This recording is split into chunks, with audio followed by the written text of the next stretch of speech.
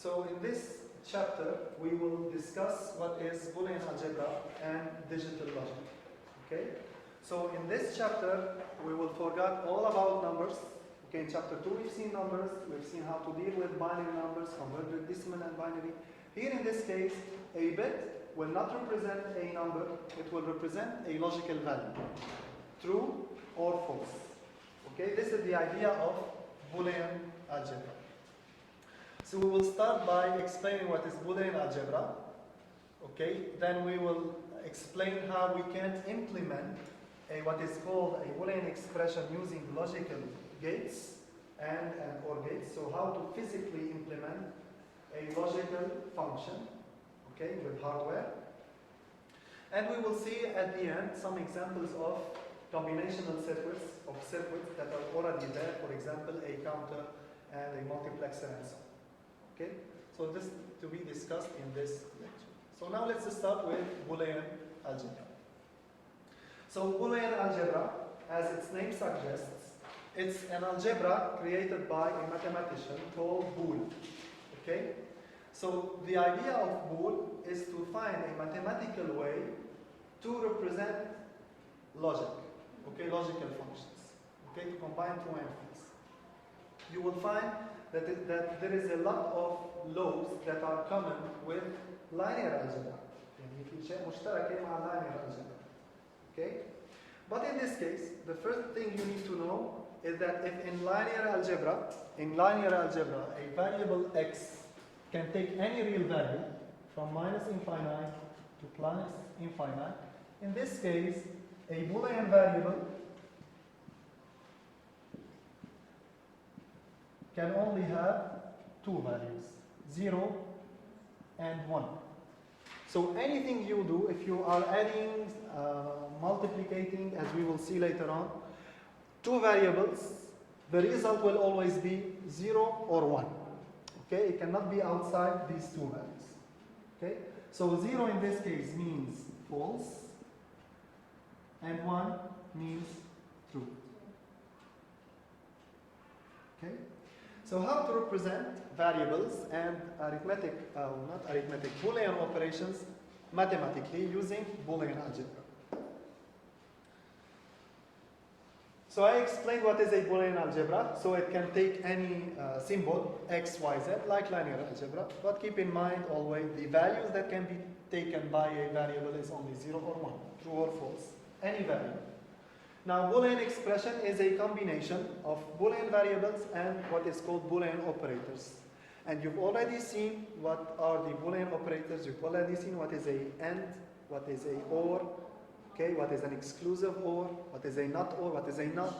Okay, so these are the Boolean operators. And we will call, for example, so an expression will be a combination of variables and operators. Okay? And finally, function, when I give a name for a Boolean expression, this is called a function. Okay? So you must know that the output of a Boolean expression is always a value, 0 or 1. So for example, x and y, if x is 1 and y is 1, 1 and 1 is 1. Okay? I will remind you about these in the next slide. But here, this means, same idea, if I have a function that is equal to an expression, the function can have only two values, 1 and 0. And the output of the function depends on the values of the variables. Okay? Like if I have a linear function in linear algebra, if I have f equal to x. So if x equal 1, f is 2. But in linear algebra, the output can take any value from minus infinite to plus infinite, but in this case, the output of f is always 0 or 1. Okay? Now, a common way to represent the operators is to use something that we already know, okay, that we're already familiar with. That is linear algebra. Okay? So we know how to use plus and multiplication, addition and multiplication. So in fact, we will replace the operator and by a dot. So as if we are multiplicating. Okay? But keep in mind, this is not a multiplication. This is a AND. Okay, a logical AND. and or will be replaced by plus. Okay? We still need one operator, okay, for not. Okay? Because if I have a variable, what is the complement of this variable? If a is equal 1, not a is equal 0, and vice versa. If it's 0, not a will be 1. Okay? فإذا not will be represented with a bar, so we say that not a is equal a bar. 0 or 1? I will show you the truth table. Not reverses the value. If a is 0, not a is 1. Okay? If a is 1, not a is 0. Okay? And this is expressed by a bar. Okay? We call this a bar. Now, any Boolean operator, you know that any Boolean operator, this is a reminder, any Boolean operator can be represented with a truth table. Okay? What is a truth table? A truth table takes the variables, okay, and show all possible values of the total number of variables. So for example, if I have, and this is x and y. So this is the truth table of x and y. So how many variables we have? 2 variables. So how many possible combinations of variables we have, values we have? We have 2 power 2. For example, number of lines in a truth table is equal to 2 power the number of variables. Okay? So you will draw 4 lines, okay, and you will fill them by the all possible codes, starting from 0101, next column 0011, next column 4041, if we have surely 8 lines. Okay? And this is the output. We will add 1 column to show the output of the Boolean expression in this case. You know that 0 and 0, false and false is false. False and true is false. True and false is false. I will only have a true when both variables are true. Okay, so 1, 1 is equal 1. Okay, these should be memorized. Okay, truth table should be memorized. Okay, because you will not be asked to draw the truth table of an AND operator, okay, but you will use it. Okay? Now, the truth table of OR, so this is an OR. Okay, so same idea, x or y, I have 2 variables, 4 lines, all possible values. In this case, if I have 1 true, the output will be true. Okay? So 0, 0 is 0, false or false is false, false or true, true, true or false, true, true or true is true. Okay? Not as I have explained, it inverses the value. So here I have only 1 value. So in this case, if 0 x is 0, x bar is 1, and if it's 1, it's equal to 0. Okay? So not only Boolean operators can be expressed using a truth table or can be explained using a truth table.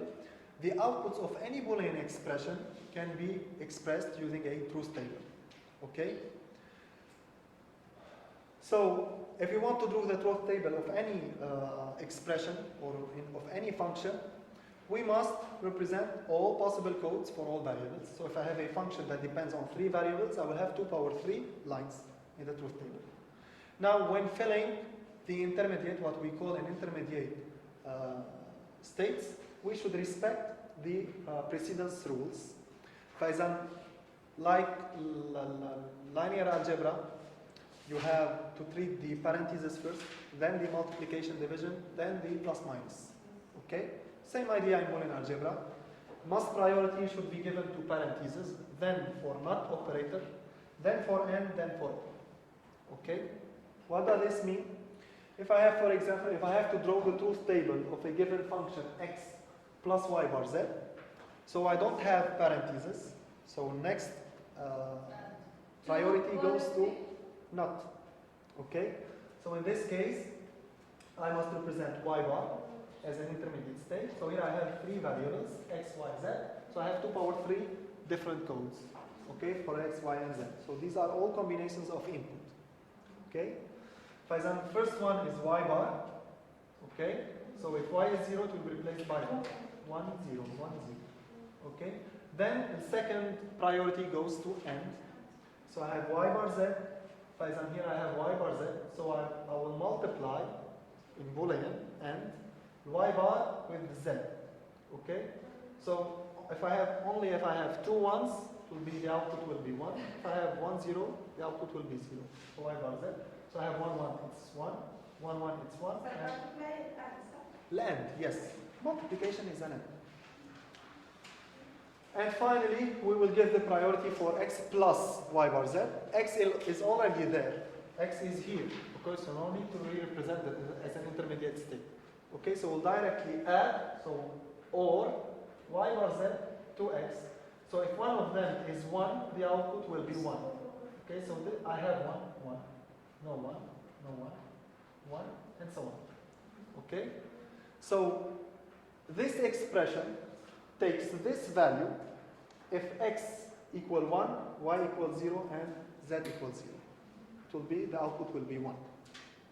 Okay? So what would be the output if x equals 0, y 0, and z 1?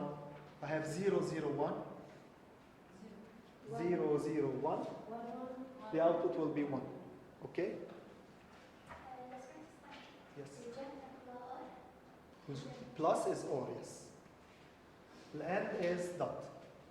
Not is a bar. Now, in linear algebra, if you have x plus x, this can be simplified as replaced by 2x, right? X plus x. So you used a what is called an identity, okay, to simplify your function. Same idea in Boolean algebra, but here when we have different laws, okay, we will see what are these laws to be used in Boolean algebra. So this is the list of all laws you might use to simplify a function. Okay? There is a lot of rules that are in common with linear algebra. Same rules. For example, a commutative law.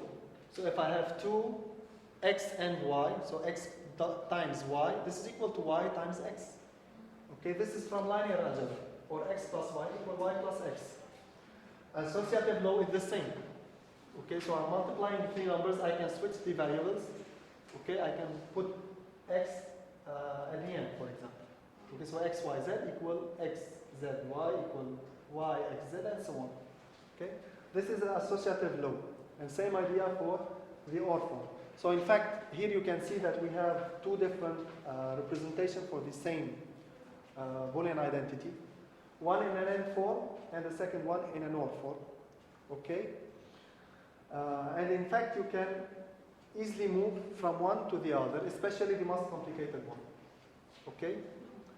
So you don't need to memorize everything, all the Boolean identities. You can memorize one form, okay, and deduce the second one. Okay?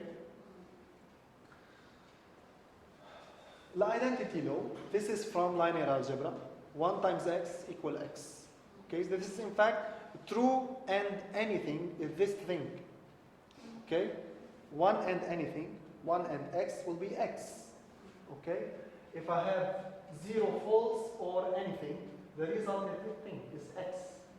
Okay, 0 false and anything.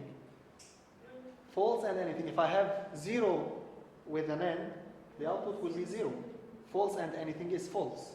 For example, 0 x times x is 0. And here you can take it from linear algebra. 0 times x is 0. However, this is different. Okay, and this is important, and you should memorize. 1 or anything, true or anything is always true. Okay? This is not from linear algebra. This is for Boolean algebra. Okay? So even either you can memorize 1 plus anything is 1, or you can deduce it. True or anything is true. Okay? So even if you have 1 plus 1,000 variables after the 1, 1 plus all these variables is equal to 1. Okay? X and x is equal to x. X plus s equal to x. So repeated terms, okay, will be discovered. I will keep only one term. Okay? X and x bar is always equal to 0. So I'm making a AND with the NOT. So in fact, if x is 0, x bar is always 1. And if x is 1, x bar is always 0. So when I multiply, I always have 1, 0 and 1, 1. So always the output will be 0. Okay?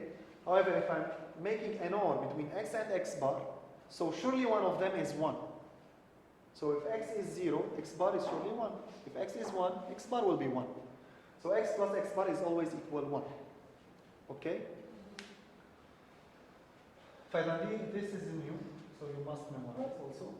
Commutative, associative, distributive. This form of a distributive law is taken from linear algebra.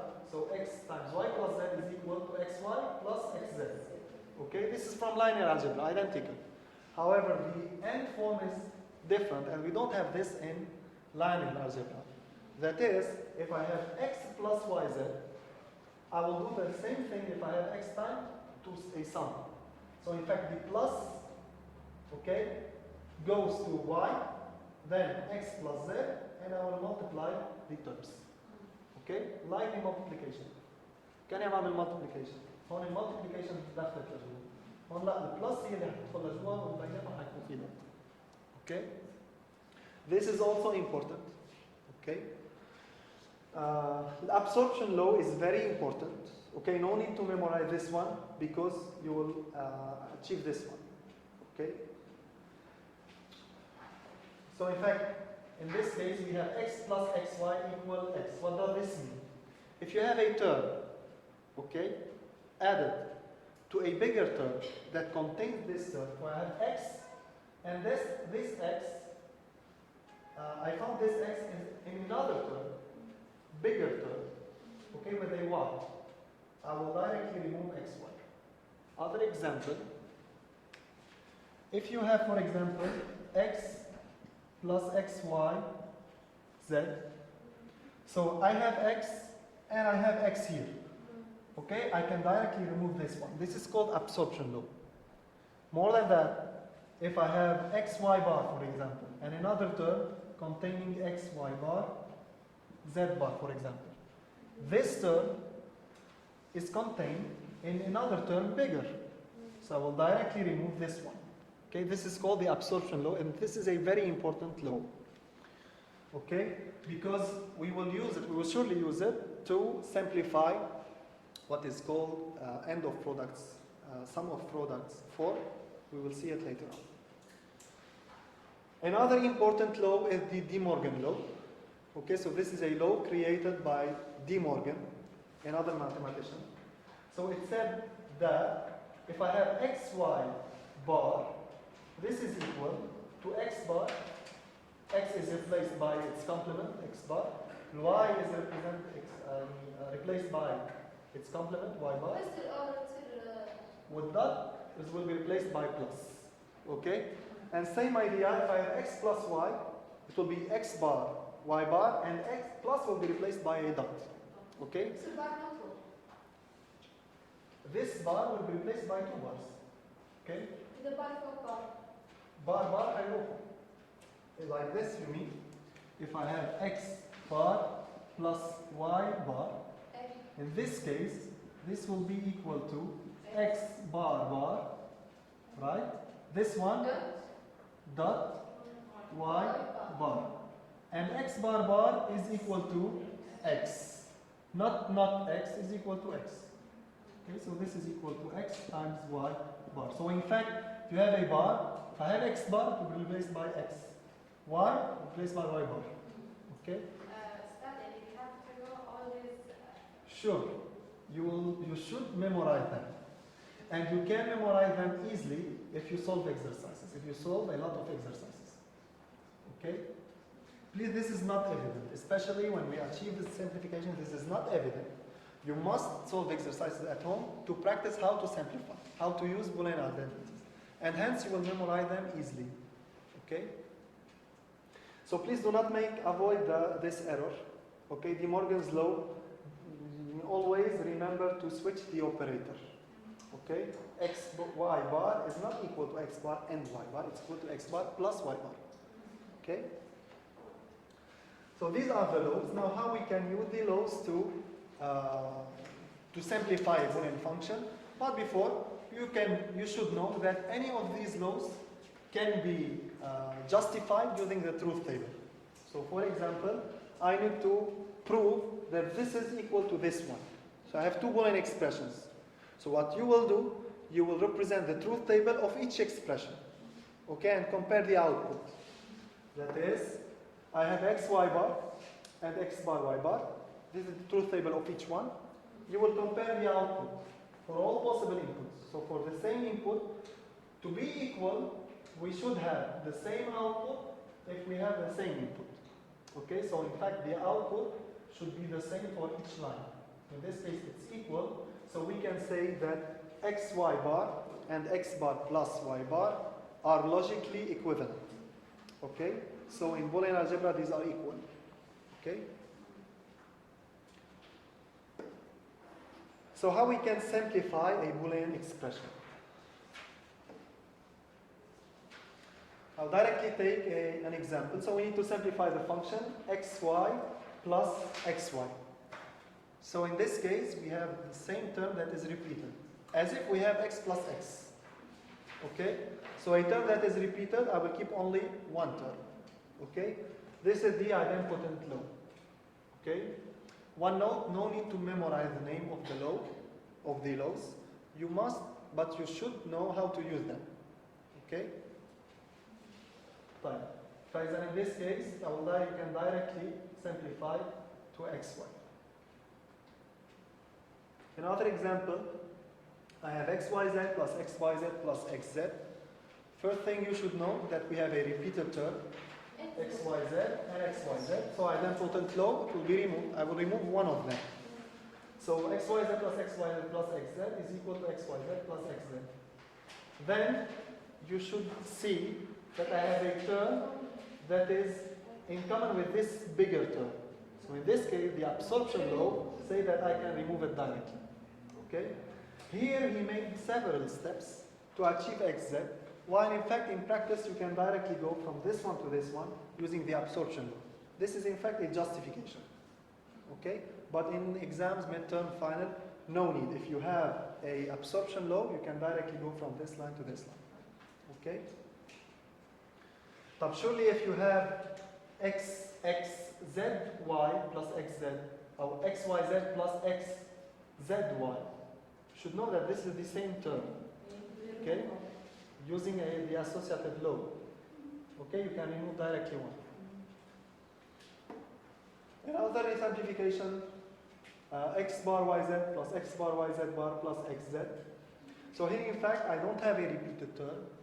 Okay, and I don't have a term that is included in a bigger one. So in this time, you should think of distributive law. Okay, so you should find a term that is in common with another term. Okay, a small term. For example, you can say that x bar yz plus x bar yz bar, we have two terms in common, that is x bar y, x bar y. We will take this term in fact as a factor. Okay, we will keep z plus z bar. Okay, and this term will be kept intact. So z plus z bar is 1. Okay, and then 1 times this term is x bar y. Okay, and this one is the same. So we achieve this one. We can not simplify more than that. Okay? No need to put the names of the laws you used. But you should know how to achieve the simplest form. Perhaps sometimes it's not evident to find how to simplify.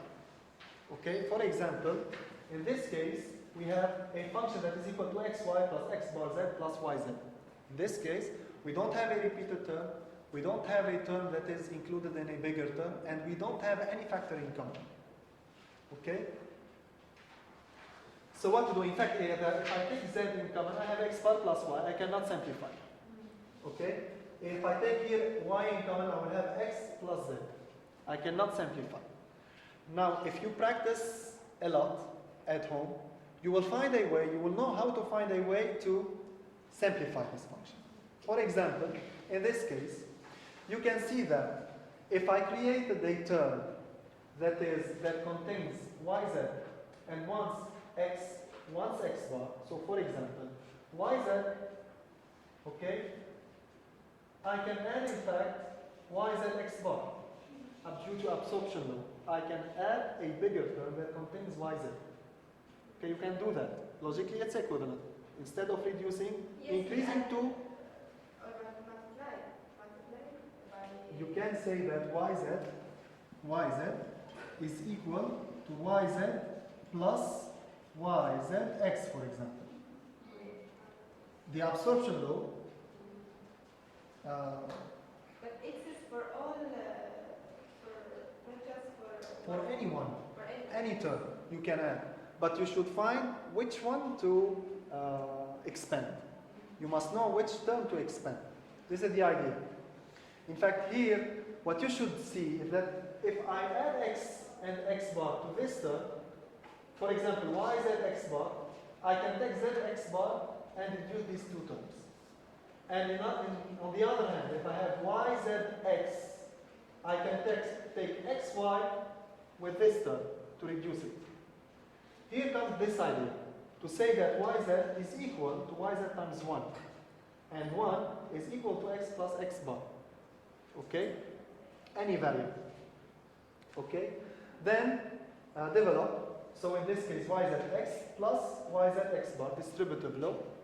Then finally, in this case, you will find that here I have xy, and here I have xy and z. So I can remove this one and keep xy.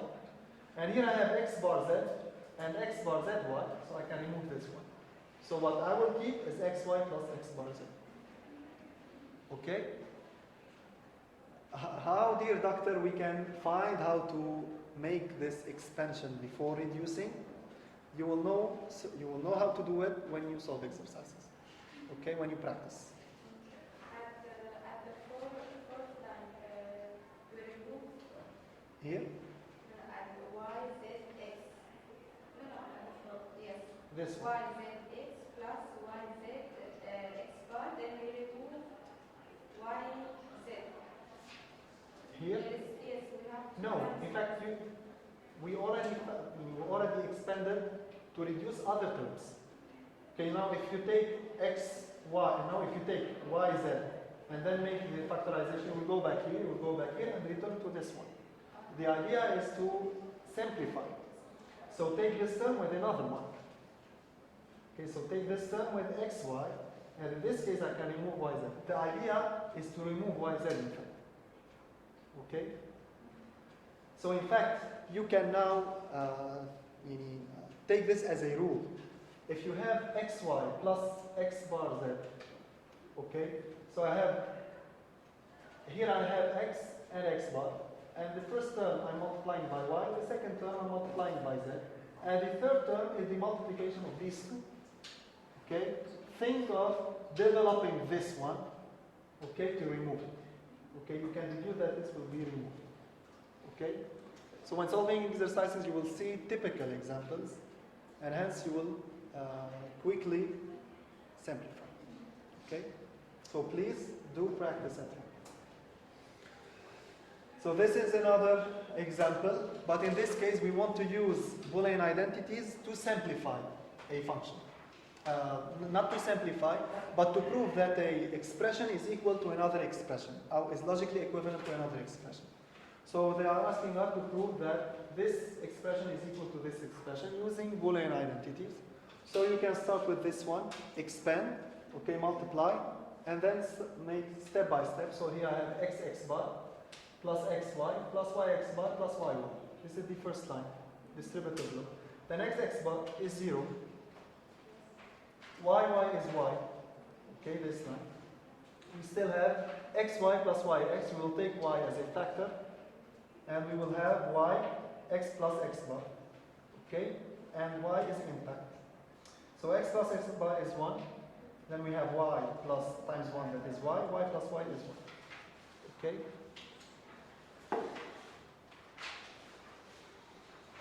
Now, to simplify, we've seen how we can simplify, how we can use Boolean identities to simplify a function or to prove that two Boolean expressions are logically equivalent. We can also prove that two Boolean expressions are logically equivalent by drawing a truth table. Okay? You'll draw the truth table of this one, draw the truth table of this one, and compare the result, the output. Okay? I don't have the example, the illustration of this example, but please do it at home. Okay?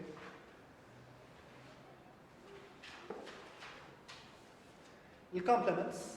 So when you calculate a complement for a expression, the first Boolean identity you should think of is De Morgan's law, because we are calculating the bar of a function. Okay? So here we have a function, for example, that is xy, and we are asked to calculate the complement of this function. So what we are trying to do is to see the f bar. Okay? So your bar will be drawn on all the function, on the whole function. Okay? Above the whole function. So if I have x plus y, the f bar will be x plus y bar. If I have a bigger term, xy plus z, the bar will be xy plus z bar. Okay? On the whole expression. So De Morgan's law say that if I have x plus y bar, this will be x bar and y bar.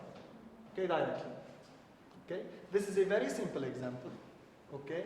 And I can show you that you will not be asked to calculate the complement of such a easy function. Okay? You have more terms. So how to calculate the complement function or the complement of a more complicated function? This is also not complicated. This is very easy. I'll show you why. Because in fact I have x plus y plus z. This is the function. To calculate the complement, okay, we will treat this one as a term and this one as another term.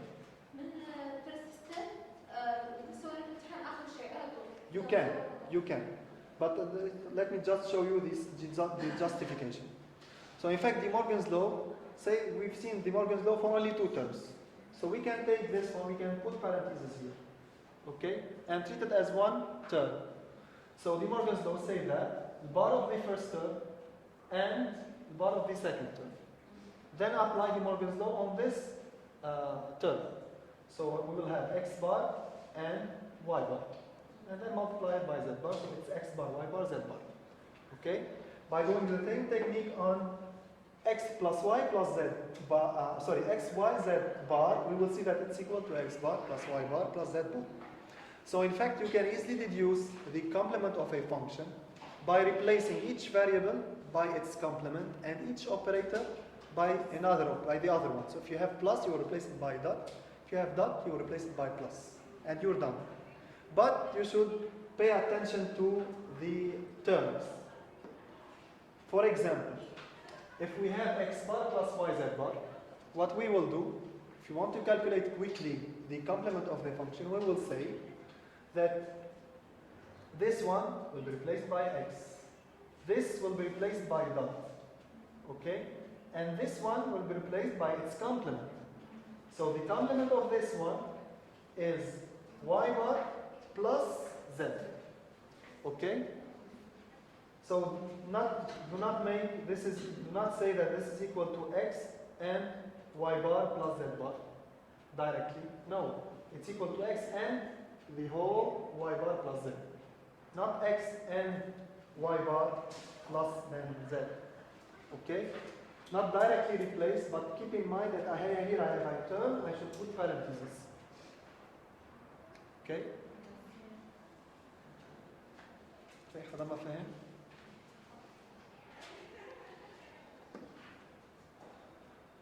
Now, to prove that two Boolean expressions are logically equivalent, we draw a truth table and we compare the output. Okay? If equal, the output equal for each line, we can say that the functions are logically equivalent. Now, how to prove that a function is the complement of another function? We will always draw the output. So if I have f is equal x bar plus yz, and they are saying that f bar is equal to x y bar plus z, and they are asking us to prove that f bar, this expression, is really the complement of this expression. You will draw the truth table of this one, draw the truth table of this one, and verify that when the first one is 1, the second one is 0. And when we have 0, we have 1. So we should not have any line with equal outputs. Okay? All outputs should be different. If here I have 1, it should be 0. If I have 0, I should have 1. okay, for the complement. If I have one line with equal lines, this is not the complement. Okay? Like if I'm proving that two expressions are equivalent, if I have one line with different outputs, I will say that these are not logically equivalent. Okay?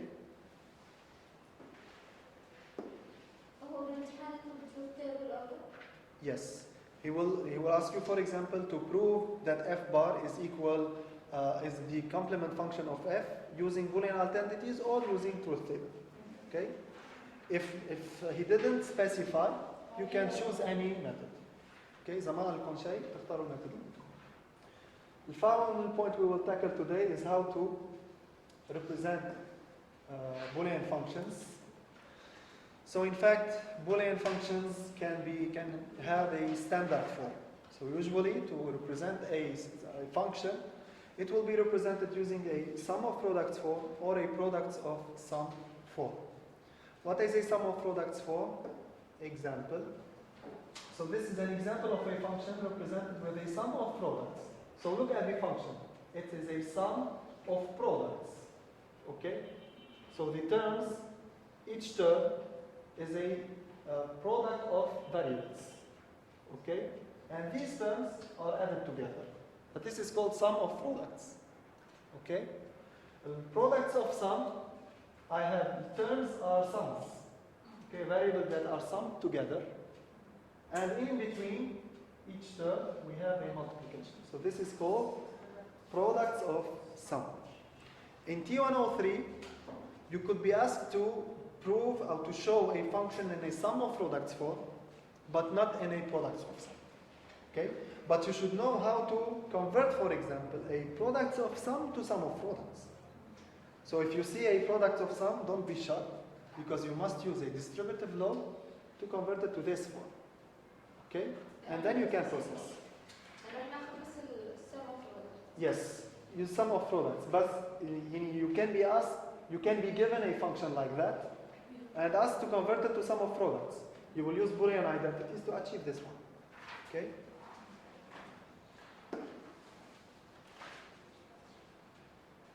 So now finally, how we can represent a function using directly to a sum of products form.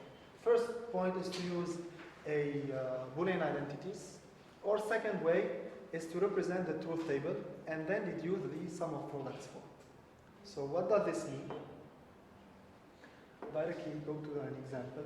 Suppose that you have the truth table of a function. Okay? And they ask you to calculate the sum of products form. Okay? Of this function.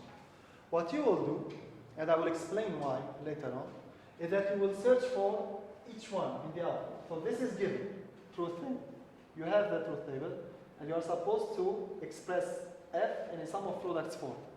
Okay? Technique is that you will search for ones in the output. Okay? Each time you have a 1, you will deduce one term of the sum of products. Okay? One product form. So if we have 1, when this f turns into 1, if we have this 0, 1, 1. So in fact, when you have 0, you will take not the variable, but the complement of this bar. And when you have 1, you will take 1. So in this case, this one means that the term is x bar, y, z. X bar, y, z. While this one is x, y, bar, z. You will write it down. Okay, here you have one, x, y, z bar. You will write it down. And then here, x, y, z. Okay? Final step, after identifying the term of each one in the truth table, you will add them together. Then you will say that f is equal to x bar, y, z plus x, y, bar, z plus x, y, z bar plus x, y, z. Okay. If you have the truth table, it asks you to calculate the function. Okay? What does this mean? Why we think like that? In fact, look at the function. When these functions turn to 1, if one of these terms is 1, إذا واحد من هدول صار 1, هتكون 1 plus anything. And 1 plus anything is 1. Okay? So it's sufficient that one of the terms becomes 1 to make f equal 1. And when does this term becomes 1? When x equals 0, y equal 1, and z equal 1. This term becomes 1 when x equals 0, as an x bar will be 1, y equal 1 and z equal 1, we will have 1 and 1 and 1. In fact, this term becomes 1 when all variables are equal to 1. For example, when x bar equals 0, okay, y equal 1 and z equal 1. Okay, sorry, when x equals 0, y equal 1 and z equal 1. So in this one case, x bar will be 1, x is equal 0. X bar will be 1. Okay? So if this is equal, if x equals 0, y is 1 and z is 1, x bar will be 1, 1, x bar will be 1, y is 1 and z is 1, so it will be 1, 1, 1, so this is 1, and f turns to 1. Okay? So this is why x bar y z is 0, 1, 1, makes 1. Okay? Now how to, if you have a function in a sum of products form, you can quickly deduce the truth table. Okay? This is a technique you might use in your assessments. If they don't ask you to put details. Okay? So how we can do that? So what about another one? X, y bar, z. Z bar. This becomes 1 when x equal 1, y equals 0, and z equal 1. So each time you have a bar, you take 0. If you don't have a bar, it's 1. Okay? So here you have 1, 0, 1. Bar 0. Bar 0, not bar 1. This is 1, 1, 0. 1, 1, 1. Okay? So final point today.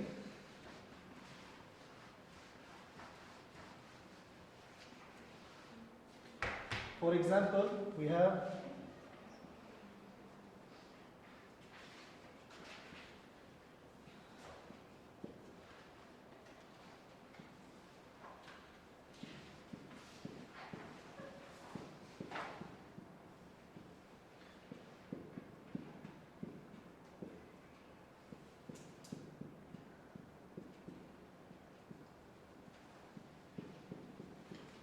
and they are, what is given is f. So they ask you to draw the truth table of f x, y, z that is equal, for example, to x, y bar z plus x, y, z bar plus x, y bar, for example. Okay, this is the function, this is the expression of f, and you are supposed to draw quickly the truth table. Okay? When f becomes 1, if this term is 1, or this term is 1, or this term is 1, right? For example, we'll start by drawing the lines. So we have 3 variables, so 8 lines. Okay? And f. So when f is 1, if one of these terms is 1, and when this one is 1, when we have 1, 0, 1. So 1, 0, 1, we will put 1. Okay? Then, this term, 1, 1, 0. So 1, 1, 0, 1. Now here we have 2 terms. So if x equal 1 and y equal 0, 1, 0, whatever is z, the output will be 1. Okay? So x, y bar, so if I have 1, 0, I will search for 1, 0 in this table.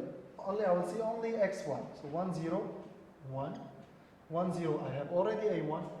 Okay? And I don't have other zeros. Finish. So I will replace the remaining cells with zeros. And I'm done. Okay? If you have, for example, x bar. So same example, but I have an additional x bar. So this is the same. So we'll fill 1, 1, 1. But we still have x bar. So x is 0, whatever is y and z. Okay? So all these lines will be equal to 1. So 1, 1, 1, 1. Okay?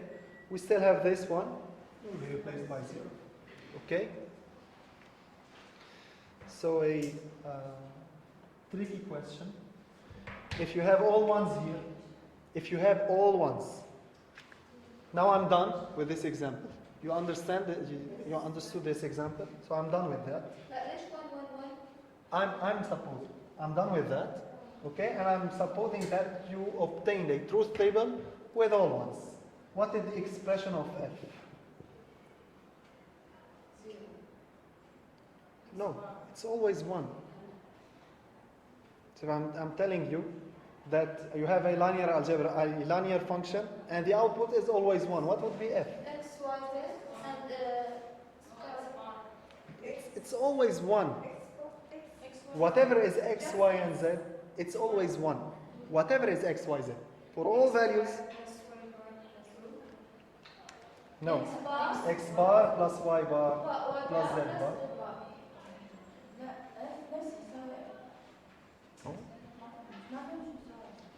If you have a truth table with all ones, what would be f? 1. It's equal to 1. Whatever is x, y, z, f is always 1. So f is independent from x, y, z, in fact. Okay? f, x, y, z is always equal to 1. And if you have a f that is always 0, have zeros here, f is equal 0. Okay? Any question? So we will continue next time. Okay? Thank you for your attention. If all numbers So today we'll continue what we started last week. So we will see what are logical gates. So in fact what we've seen the previous time, last week, was about Boolean algebra. So if I have an expression, a Boolean expression containing variables, for example x, y plus z, how to simplify it, okay? We've seen how to draw the truth table for a Boolean function, okay? And how to deduce the function in a sum of product form, the expression of a function in a sum of products form, given the truth table. What we will see today is how to implement a function. So finally, what we want to make, what we want to create, is a hardware with a given output for a given input. Okay? Let's take, for example, a coffee machine.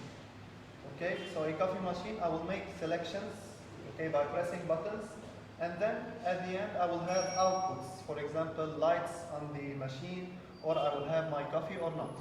Okay? It depends on the values I'm entering. Okay? Or the keys I'm pressing. So how to do so? In fact, what we have inside this coffee machine are logical gates. So what is a gate? In fact, a gate, this is a physical device, a physical logical device created using a set of transistors, for example 6 or more transistors, to create one gate. While a gate has a function, one function. For example, I will have a gate for making an OR operation, or a gate for AND operation, okay, and so on. So in fact, if the transistor is the basic element of a computer, a gate will be the basic element for logical circuits, okay? So in fact, when we are using, when we want to create what is called a logical diagram to be implemented in hardware, we will use physical gates. But to create the architecture of this logical diagram, we will use symbols, okay, to represent these gates. So, for example, an AND gate will be represented with this symbol, so a straight line here, okay, unlike the OR gate with a curved line, okay. فإذا الAND gate, if I have two inputs, variables, x and y, the output will be xy, okay.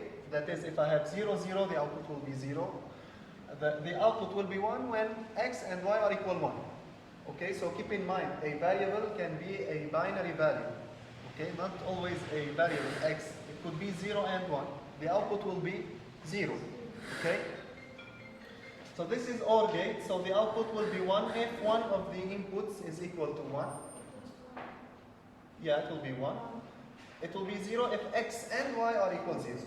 Okay? And a NOT gate, it negates. So if I have 0, it switches the bits. If I have 0, it will be 1, or 1 will be 0. So x, the output will be x bar. Okay? So whatever you have here you will make a bar on it. You will put a bar on it, the complement of what you have here. So for example, if I have xy not, the output will be xy bar. Okay? Whatever I have here, the output will be this term plus this term. Okay? So if I have x, y, and here I have y, z, output will be xy plus yz. Okay? Now, an additional operand, we didn't see in this logical operand last time, that is the exclusive OR. Okay? So a circled plus is an exclusive OR. What an exclusive OR means? It means that the output will be equal 1 if only one of the inputs is equal 1. So it's like OR, but if I have 1, 1, the output is 0. I must have only one input equal to 1. This is why it's called exclusive OR. Okay? So the symbol is, as I have mentioned, a circled plus.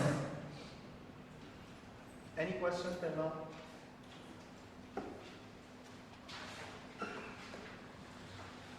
Two additional symbols or two additional gates are NAND gates and NOR gates, which are very important gates.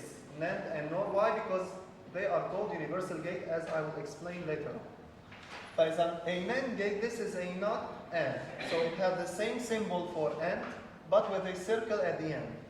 Okay? This circle means that I have NOT AND. Okay? So if I have X and Y on the input, the output will be X and Y, Y. Okay? NOT. You can represent it like that by saying, so what does this mean? This is a OR. Okay? This is an OR gate. Okay? So here it's a OR, and I have not here. So what I'm adding is X bar plus Y bar. Okay? And De Morgan's law says that X bar plus Y bar equal XY bar. Okay? That is a NAND, a NOT AND. Okay? So you can use any one of these. Okay? But usually if we are using a sum of products form, perhaps it's better to use this one. Okay? Now, truth table, not OR, the same. So I have a OR gate and a circle at the end to say that this is a NOT OR. Okay? So instead of using two gates OR, then a NOT, we'll use only one gate. Okay? Keep in mind, a gate means this is a physical circuit. Okay? So instead of buying a circuit for AND, a circuit for OR, and a circuit for NOT, two different circuits, I have only one circuit. Okay? So same idea, this is X bar and Y bar, that is equal to X plus Y bar using De Morgan's law. Clear? So what's the meaning of this? These ones? You come later. Yeah. This is AND, the previous slide. Okay, AND, OR, and NOT. Okay? Now, why I said that NAND and NOR are important gates? Because in fact these are universal gates. What does a universal gate mean?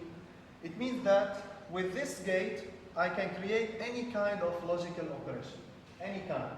So using NAND gates, I will create a AND gate, or the function of AND, the function of OR, and the function of NOT. Okay? How this is done, I will explain on the board.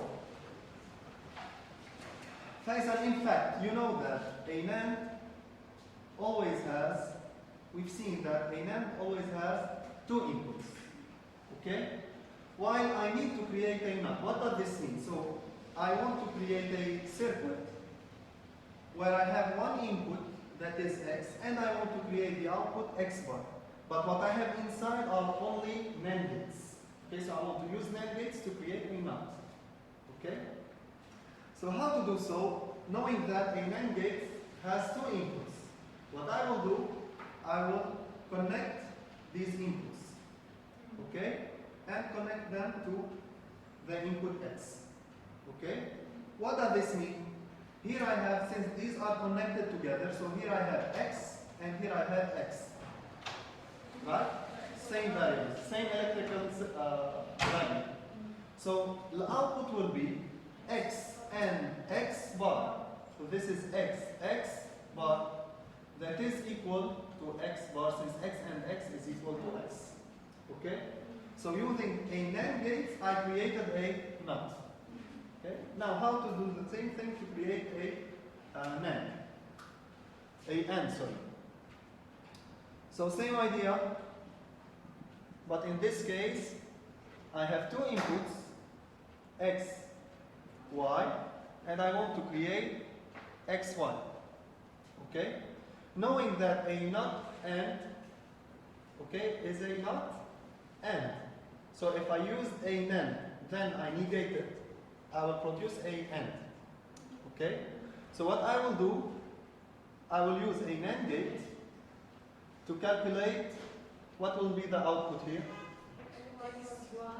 XY bar. Then I have XY bar, not AND between X and Y. I will negate it. I will use a NOT, okay, using a NAND gate. So here I will use a NAND, but playing the role of a NOT, okay? So I will have here XY bar that is equal to XY. So using two NAND gates, I created a AND gate. Okay? Finally, OR gate. So same idea. In this case, I have two variables, x and y, and I want to create OR that is x plus y. Okay? Now, if we use De Morgan law before analyzing the circuit, we can express this expression, this Boolean expression, as x bar and y bar.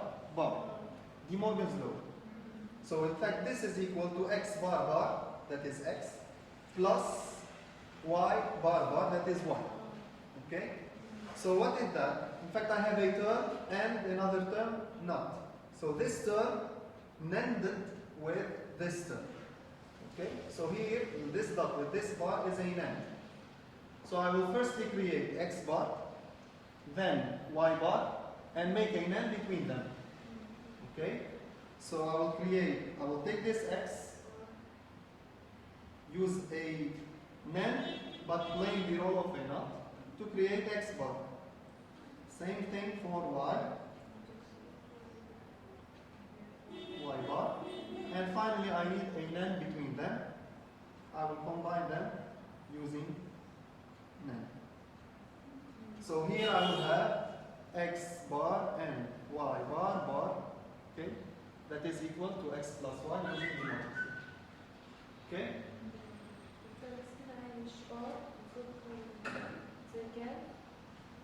No, this is NAND. This is OR. What I produced finally is OR. But what I'm using here are NAND gates. I'm using NAND gates to create a OR gate. Okay? So I need 3 NAND gates to create OR function. Okay? So what does this mean? As we will see later on, if I have an expression, if I have a circuit, and I need to use a AND and containing a AND or not, I can replace this circuit with another circuit containing only NAND gates. Okay? Okay, which could be cheaper, okay, which could be less complicated, okay, to make. Okay, so this is why, in fact, with NAND is called a universal gates. So with NAND gates, I can create any logical circuit. Identically, NOR is also a universal gate. Okay? Faizan, like NAND, NOR, we've seen when we discussed Boolean identities, we've seen that each Boolean identity has a AND form and a OR form. Okay? So anything in Boolean algebra has a AND form and OR form. So if NAND is a universal gate, NOR is also a universal gate. But here in T103, we will not discuss how we can create, like we've done there, to create OR and not using a NOR gate. Okay, why? Because we will be interested in sum of products expressions, and to create a sum of product force, we need only NAND gates. Okay?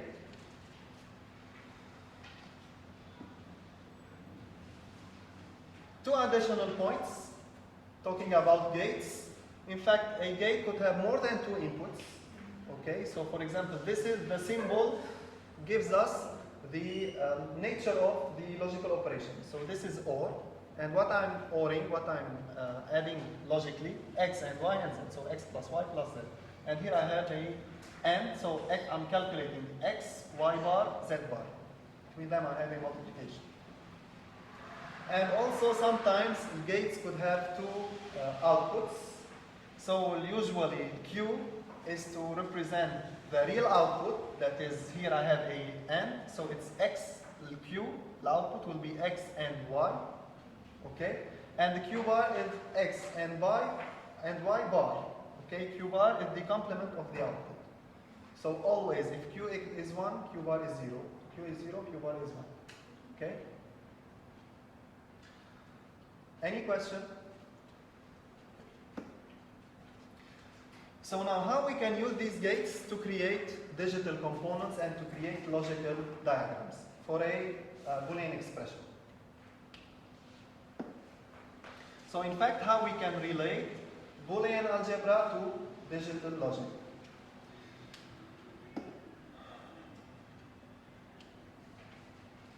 So in fact, in computer systems we have two different kinds of logical circuits. We have what is called combinational circuits, and we have what is called sequential circuit. Okay? What is the difference? We will see later on. We will discuss in details what is a sequential circuit. But at first, let me say that combinational circuit is a circuit where the output changes when inputs changes directly. At the same time, when the input changes, the output will be directly changed. Okay, this is a combinational circuit. In sequential circuits, it's different. We have memories. Even if the input changes, perhaps the output will not change for a short period of time. Okay, we will explain this in details. Now let's start with a combinational circuit. So each combinational circuit will have what is called a logical diagram. So in fact, any Boolean expression can be implemented in hardware using gates. Okay. So for example, let's take this Boolean, this function, f that depends on x, y, and z, that is equal to x plus y bar z. How can I implement this function using hardware? So I need gates, but in fact, before implementing, I need to represent the circuit. How I want to create the circuit. Okay, what kind of gates I will use. So we will use, in fact, the same precedence law we've seen previously. So at first, I will take in consideration parentheses, then not, then and finally or. Okay? So in this case, I have x plus y bar z. I don't have parentheses, so I'll take the not. So here I need to calculate y bar. Okay? Let me explain that.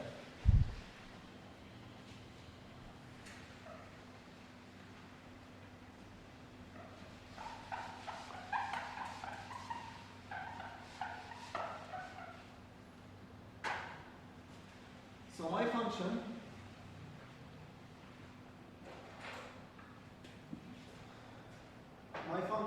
f x y z is equal to x plus y bar z.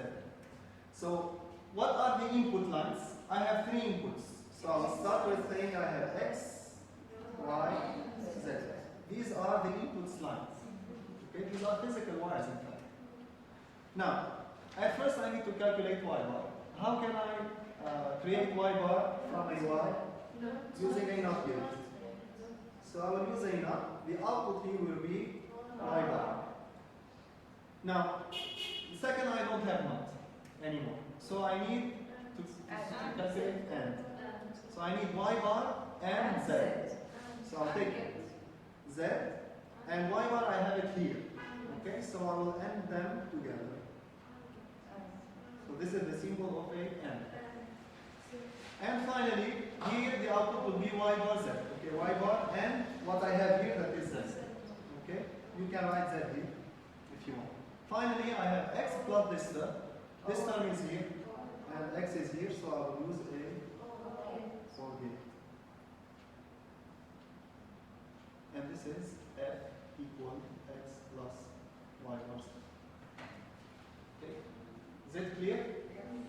So now you should be able to create any logical diagram for any expression. Okay? So you need to practice at home. Okay, there's a lot of exercises in the textbook, so please solve them.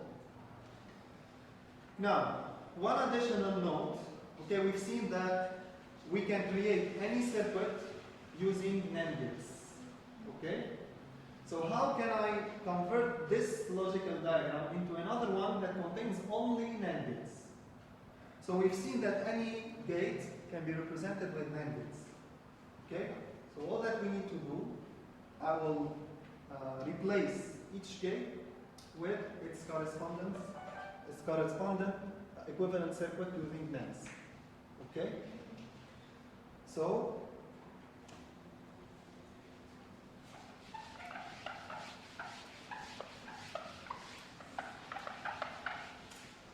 I'll keep this one as a reference. So I have X, Y, and Z.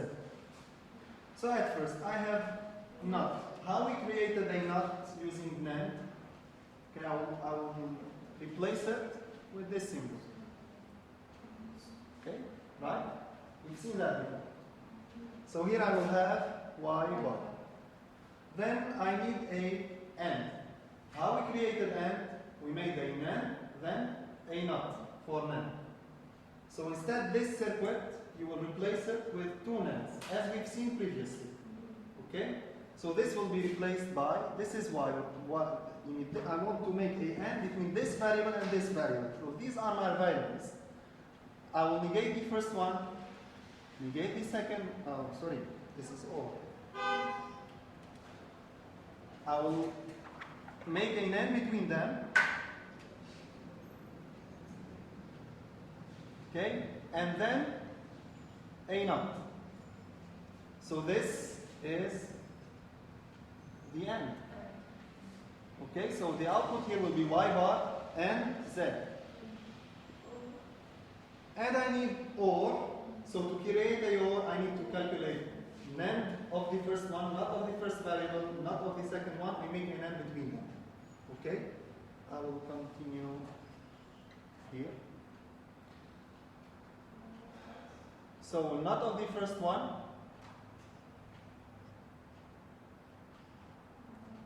Okay, and not of the second one, that is X in this case.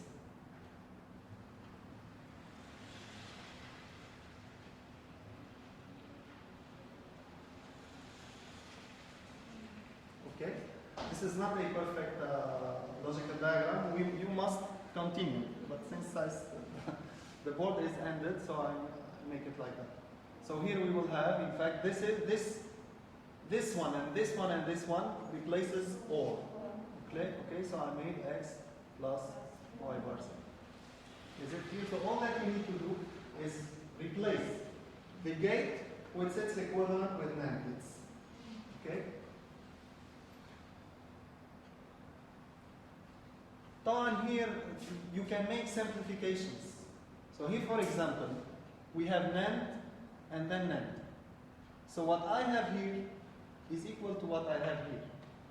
So in fact, I'm making NOT and then negating another term. So in fact, I can remove these two. Okay, and directly link this.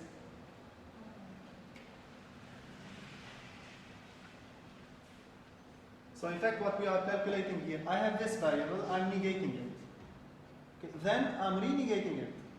As if I'm calculating here y, this is Y bar Z, this is Y bar Z bar, right? I'm creating Y bar Z, then I'm going back to Y bar Z bar. I'm going back here. So in fact, I can remove these two gates.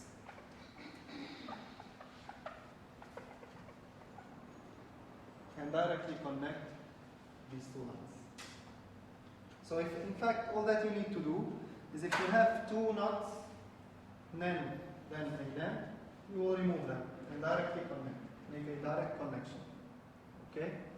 أستاذ يعني احنا بدنا نتواصل على النوت على النان صح؟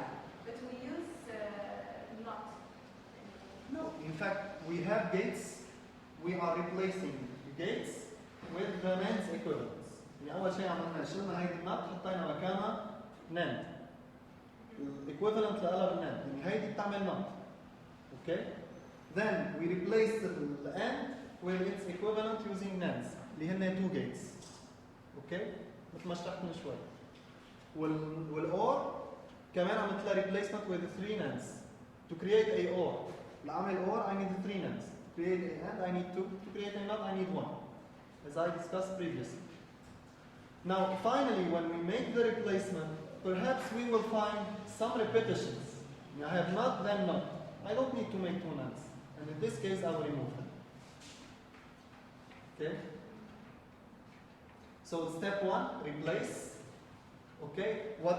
If you produce the logical diagram with NAND gates without removing the repetition, this is okay, and your circuit will work correctly. But in fact, you are using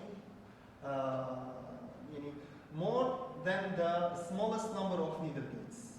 Okay, so what you need is less than what you used. In fact, okay, so you are paying more. You are making a more complicated circuit while it could be simpler. That's all. But both are correct. Both works very well.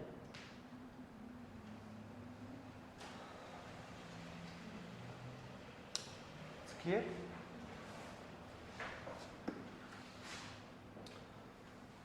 So in fact, why we need, for example, to use NAND gates instead of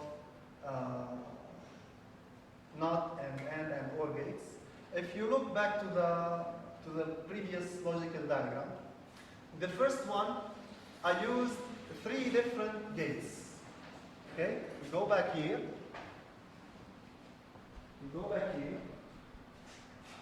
Here we have a NOT gate, an AND gate, and a OR gate. Okay, so I have 3 different types of gates. And in fact, if you want to buy gates, you will go to the market and buy ICs, integrated circuits. Okay, and each integrated circuit will contain a type of gate.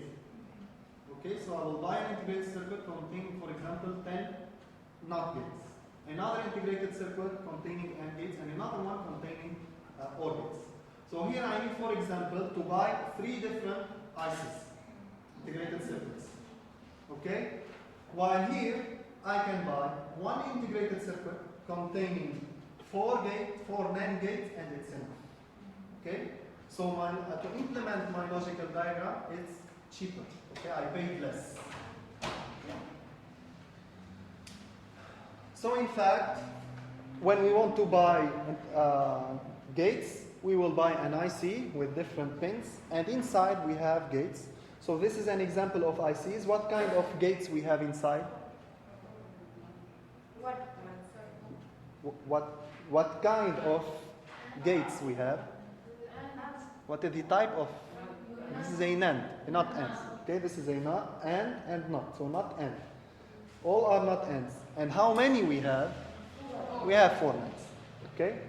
So using this circuit, we can implement our circuit here. Okay, using only 1 IC. So the number of gates inside the IC depends on the scale of integration. So today we have ultra large scale of integration, so we can have a lot of gates inside the IC. Now let's see typical combination circuits. What we will discuss now is typical combinational circuits that are present. So I can buy, for example, an IC containing a adder, okay, to make addition between binary numbers.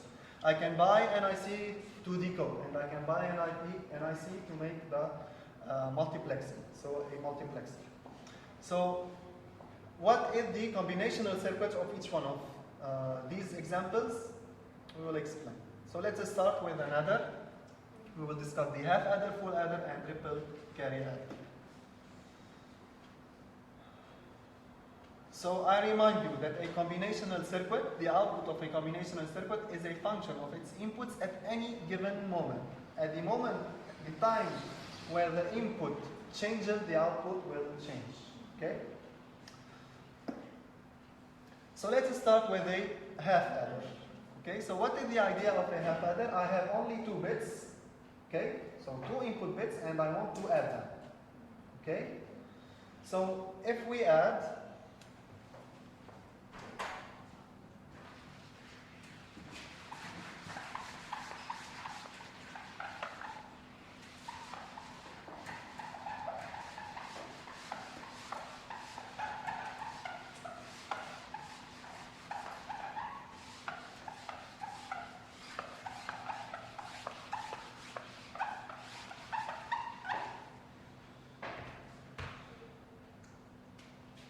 for example, I have 1 plus 0.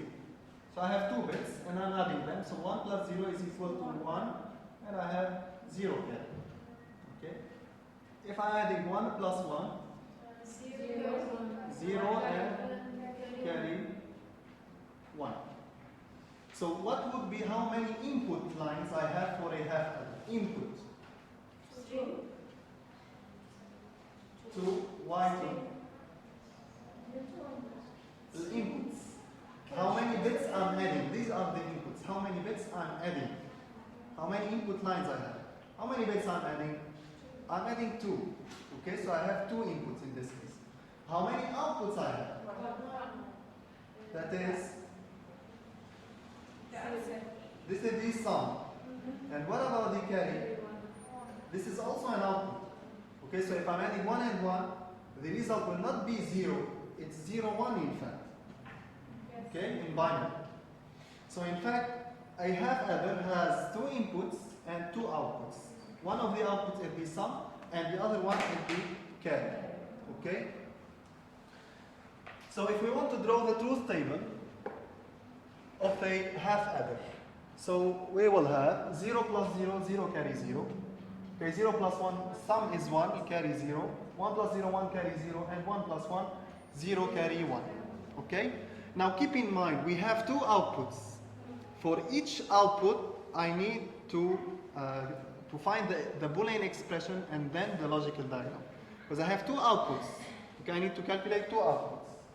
So if we analyze each output, let's take the sum for example, we can deduce that the sum is equal 1 where only one of the inputs is equal 1.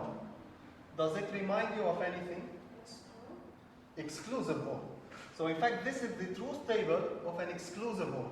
So to calculate sum, or to create this output, that is sum, I need to exclusively OR x and y. Okay? So I will make an exclusive OR between x and y to find the sum. Now what about the carry? The carry is an AND gate. So I have only when it's 1 when only 2, when the 2 inputs are equal to 1. So this is a AND. So to calculate the carry, or to find the carry, I will create a AND between x and y. Okay? So in fact, this will be inside, this is the logical diagram of a half adder with 2 inputs and 2 outputs.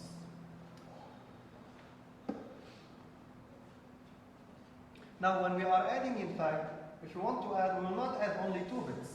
Usually additions in a processor, for example, in the arithmetic logic unit, are done on a word of 32, with a 32-bit length or 64-bit length. Okay, so we will add not just 2 bits, we will add 2 binary numbers, okay, with a given word length. This is why we need a full adder instead of a half adder. In fact, if we are adding 2 binary numbers,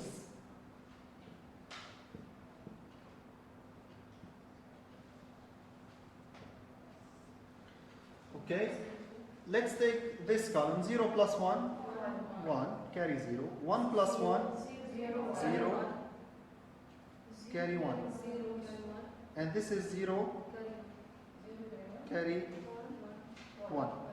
Let's stop it. Okay, we'll take this one, this column, which is I need a full adder to calculate it. What is the difference between this column and this one? In this case, we have 3 inputs. This is the first input, second input. What is the third one? Is the carry from the previous column that is called carry in. Okay, the carry that is entering to this column. Okay, and how many outputs do we have? 2 outputs, the sum and what is called the carry out. Okay, so in this case, a full adder has 3 inputs and 2 outputs. So if you want to draw the truth table, we will have this truth table. Okay. So I have 2 outputs, so I need 2 different circuits to create the logical circuit of a full adder. Okay. I will not enter in details. you need to know when you see this logical diagram, you need to know that this is a full adder. Okay, if you are asked to draw the full adder, you need to know how to draw a full adder.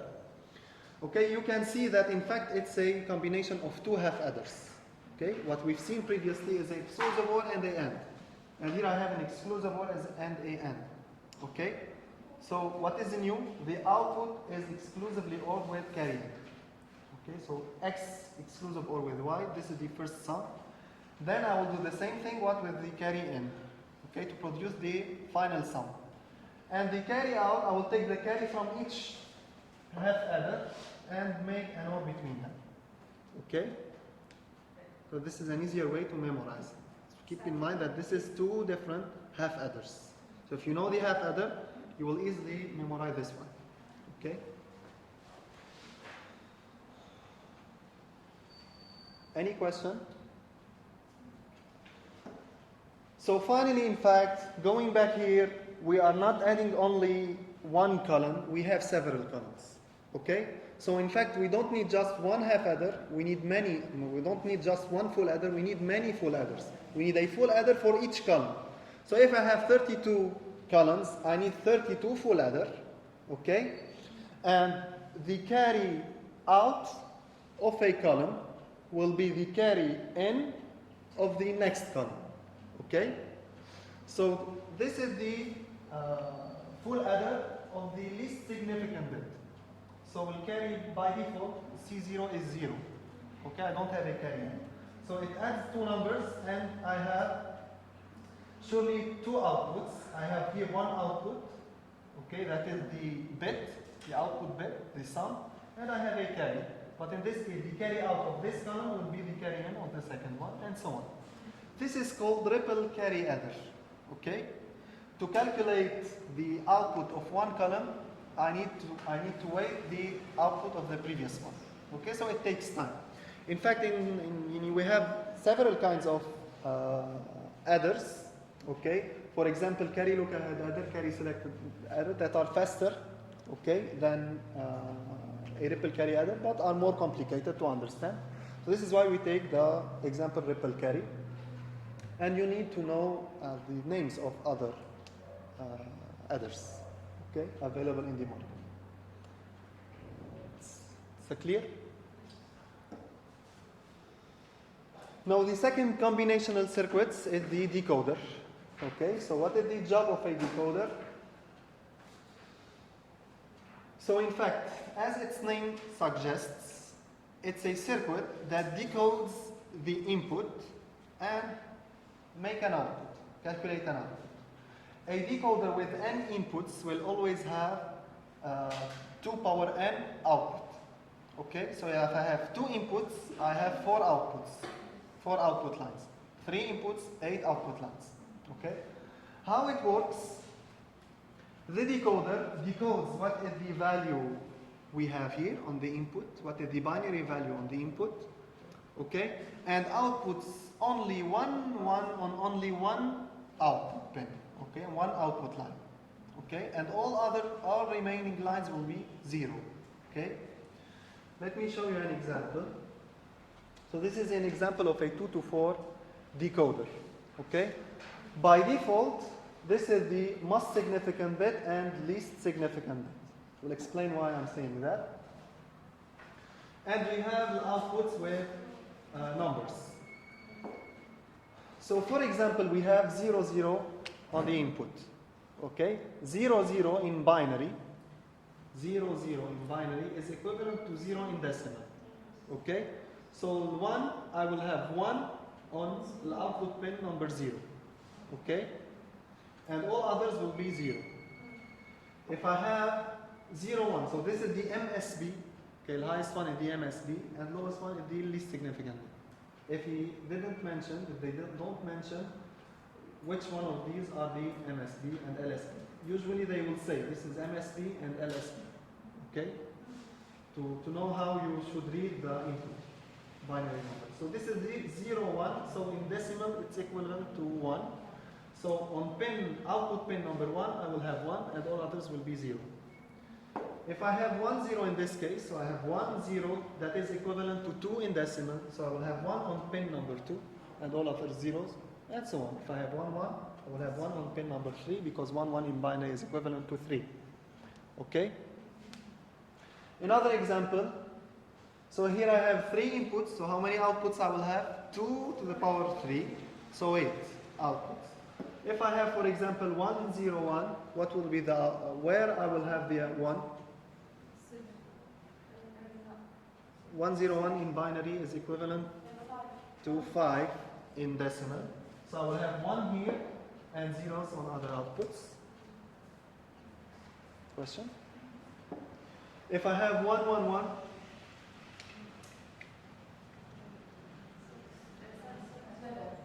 seven, you don't need to think a lot because all ones mean the biggest number. Okay? All zeros you need first one.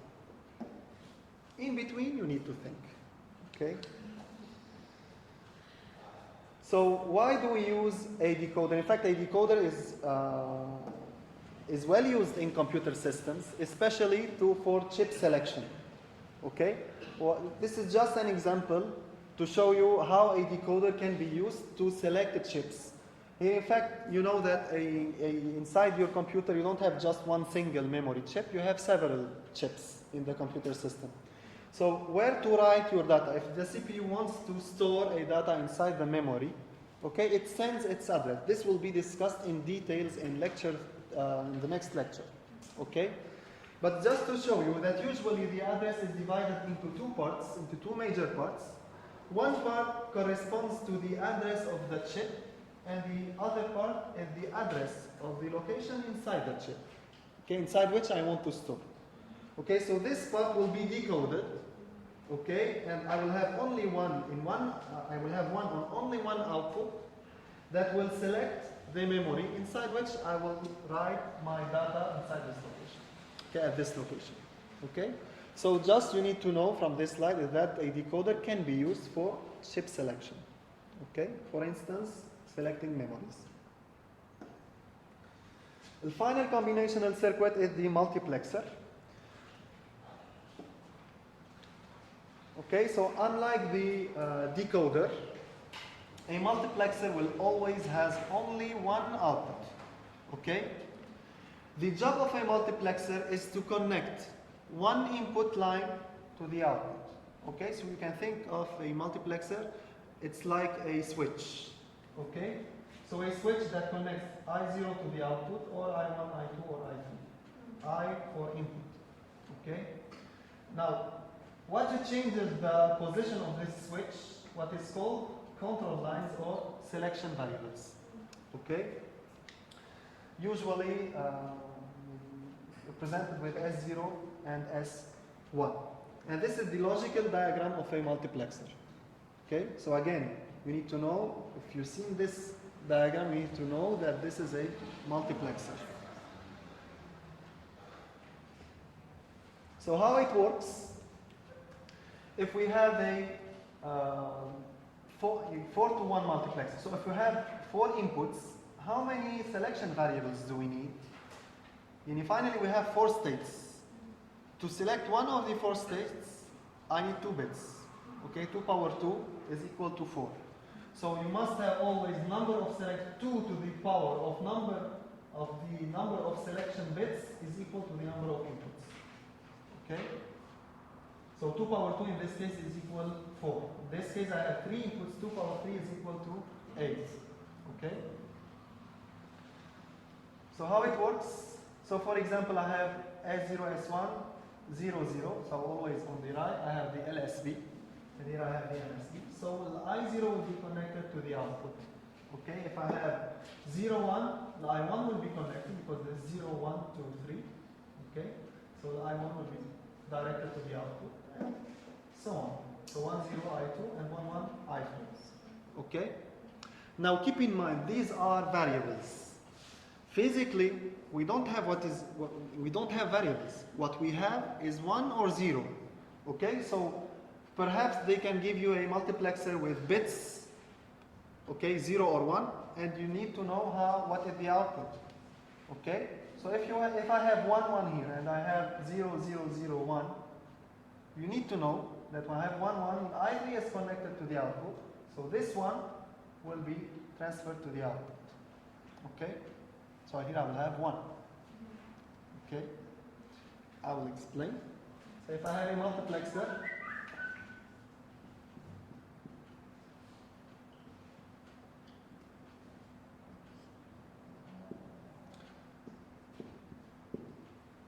for example, they gave me bits, okay, logical values, 1 or 0 on the inputs. And here S0, S1 is equal, for instance, 1, 0. Okay? What will be the output?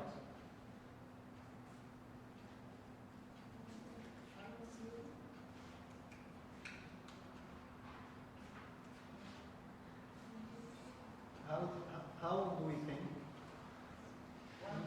First, we will convert this selection variables, bits, to decimal. Okay, so 0, 1 is 2. So what I have here will be directed to the output. So what I have here? 0. So 0 will be directed to the output. So the output will be 0. Another example. If I have 1, 1, what I have on pin number 3 will be directed to the output, so it will be 1. Okay? That's it. Now, if I have 1 here, what would be the selection variables? If I have 1, what would be S0, S1?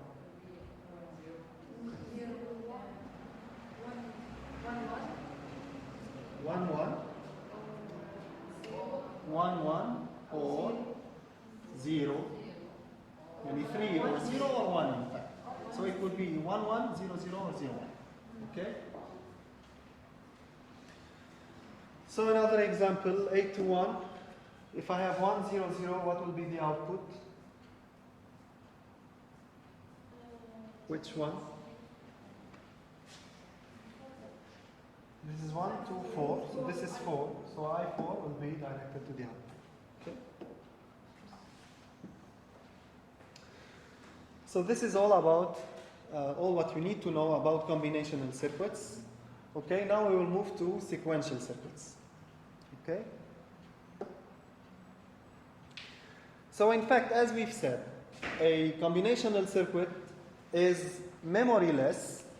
That is, when the input changes, the output will directly change. Okay? A sequential circuit memorizes a state.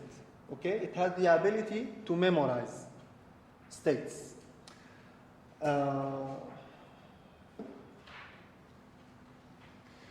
And we have two different types of sequential circuits: asynchronous sequential circuits and synchronous sequential circuits. In T103, we will focus on synchronous circuits, but you need to know that what is the difference between asynchronous and synchronous sequential circuit. In fact, an asynchronous sequential circuit has a memory. Okay, it memorizes states and changes the state when one of the input changes. Okay, the output changes. Okay, and it memorizes. It memorizes the current state, the new state. I'm an asynchronous circuit. I need a clock, okay, to order event. On each clock tick, a synchronous circuit takes in consideration the inputs.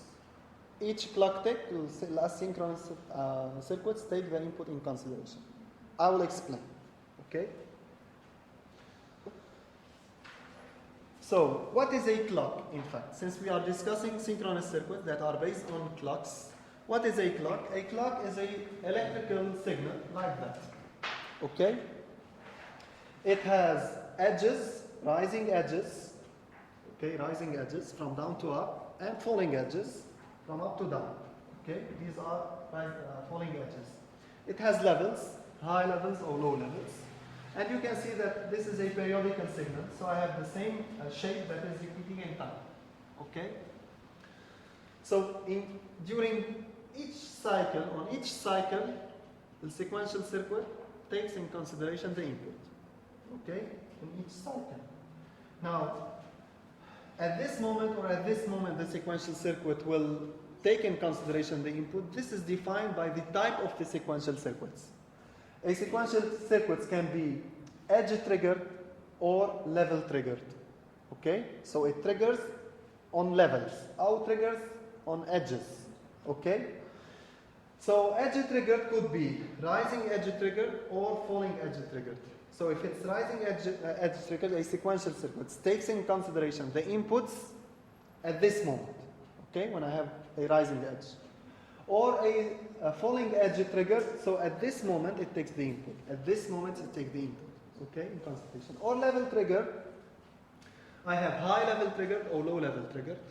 So high level triggered, during this period, it takes the in consideration the input. Okay? Or low level triggered during these periods. Okay?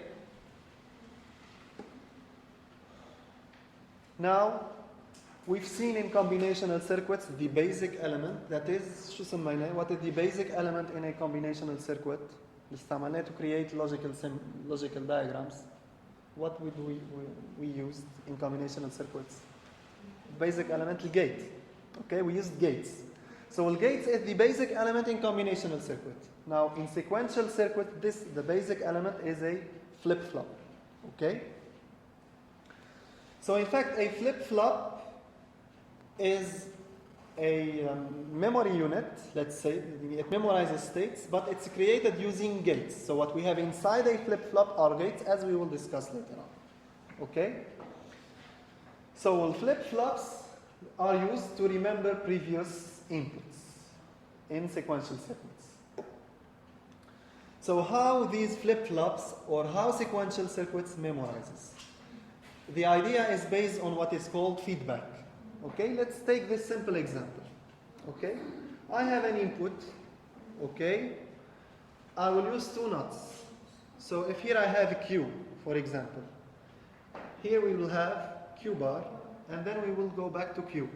Okay, and I will connect this output to the input again. This is feedback. Okay, I'm feedbacking, creating a feedback. So I have a Q bar, then Q will be back to the input. So Q bar, Q. So in fact, I'm memorizing Q. Okay, I'm memorizing the input using what is called a feedback. Okay. So how does this work in practice? Okay, how feedbacks are used in flip-flops? We will see several types of flip-flops. The first one is the SR flip-flop. So SR, this is a set reset flip-flop. SR, for set reset. So this is the logical diagram. As we've said, a flip-flop is created by gates. Okay, inside we have gates. So here we have two NOR gates, okay, to create an SR flip-flop. So this is the logical diagram inside the flip-flop. Okay? And what we are seeing are the inputs, S and R. And the outputs are Q and Q bar. So these are the outputs. So how it works? In fact, if set equal 1, I'm setting the output to 1. So if set equal 1, I'm setting the output to 1. So Q will be equal to 1 and Q bar 0. Okay? If R equal 1, so I'm resetting the flip-flop. I'm resetting. Resetting means that the output is equal 0. Okay? So I will allow 0 to Q and 1 to Q bar. Now, if I'm neither setting nor resetting, so if here I have 0, 0, okay, flip-flop memorizes its state. So what I have here will be memorized. Okay? And finally, if I have 1, 1, so I'm setting and resetting at the same time. So this is an undefined state. Okay? I cannot set and reset at the same time. Okay? So how it works, I will only explain SR flip-flop, and you can think of the other flip-flops, how they work. So how it works, so if I have S equal 1, okay, so I'm setting, I must have 1 here. Q should be equal to 1 because I'm setting. So here I have 1. 1, this is OR. 1 or anything is 1. Okay, it's always 1. So 1 plus anything is 1. Not 1, 0. So Q bar is equal 0. This 0 will be fed back here. Okay, so 0 plus r equals 0. 0 or 0? 0, not 1. So when set equal 1, q is 1 and q bar equals 0. Okay?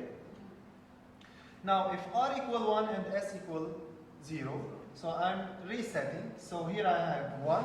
1 plus anything, 1. Not 1, 0. So q is 0. Feed it back. 0 plus 0, 0. Not 1. So q bar equal 1. Okay? Now, most complicated perhaps, if s and r equals 0, 0. Okay? Now keep in mind, what we have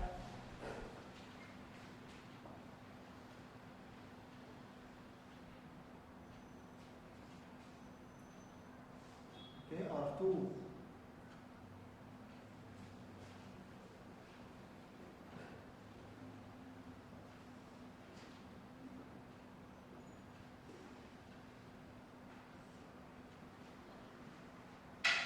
Okay, so this is set, reset, and I have a q bar, q.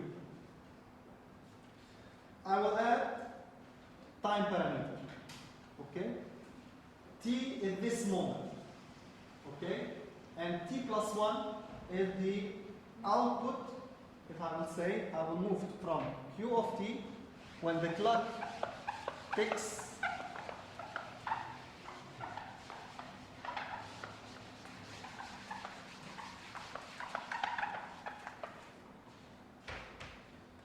We will move from q of t to q bar t plus 1.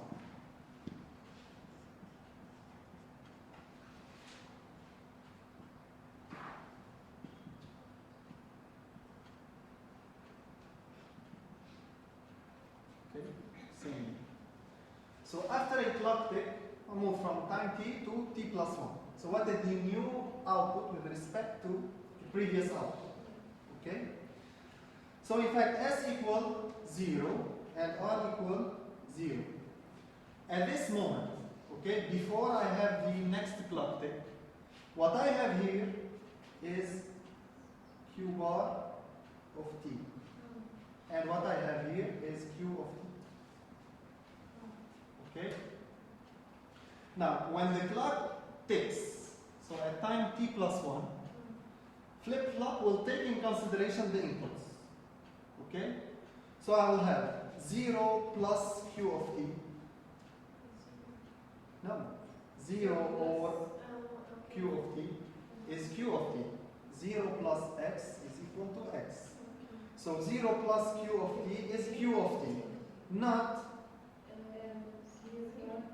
q of t bar. So when the clock ticks, okay, the output, new output here will be q of t bar. Okay?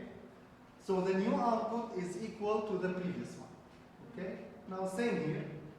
When the clock ticks, 0 plus q of t bar, 0 plus q of t bar is q of t bar. So new output when the clock ticks will be bar, okay, q of t. Bar, so it will be q of t. Okay? So when the new clock ticks, when the clock ticks, q of t plus 1 will be equal to the previous output. Okay, so this is how the flip-flop memorizes its state. Okay? Clear? So here in sequential circuits, you need to see the difference between what is called a characteristic table and a truth table. Okay, a characteristic table shows the new output, q of t plus 1, with respect to the previous one. Okay, with respect to q of t. Okay, so the inputs are s will r. So if I have 0, 0, a new output will be the previous one. So q of t plus 1 is equal to q of t. Okay, if I'm resetting r equal 1, so its output will be 0. Whatever I have on the output. If I'm setting, the output will be 1, whatever I have on the output. And if it's 1, this is an undefined state. We cannot know if we have 0 or 1. Okay? Now, if we want to draw the truth table of a given flip-flop, we need to put all the inputs. And in a flip-flop, we have S and R and the previous output. It's also an input. So Q of T is an input for the flip-flop. Okay? If you can see the circuit, Q bar and Q are inputs to the circuit. So this is why we should represent them in the truth table. We only represent only Q of T. And the new output will be Q of T plus 1. Okay? So here, for example, if you have 0, 0, you will memorize the previous step. So what you will have Q of T plus 1 is 0. 0, 0, you will have 1. Okay, to be memorized. If I'm resetting 1, it will be 0, whatever is the Q of T. Okay? If I'm setting, it will be 1, the output, whatever I have on the output, on the previous output, and 1, 1, it's on the. Okay?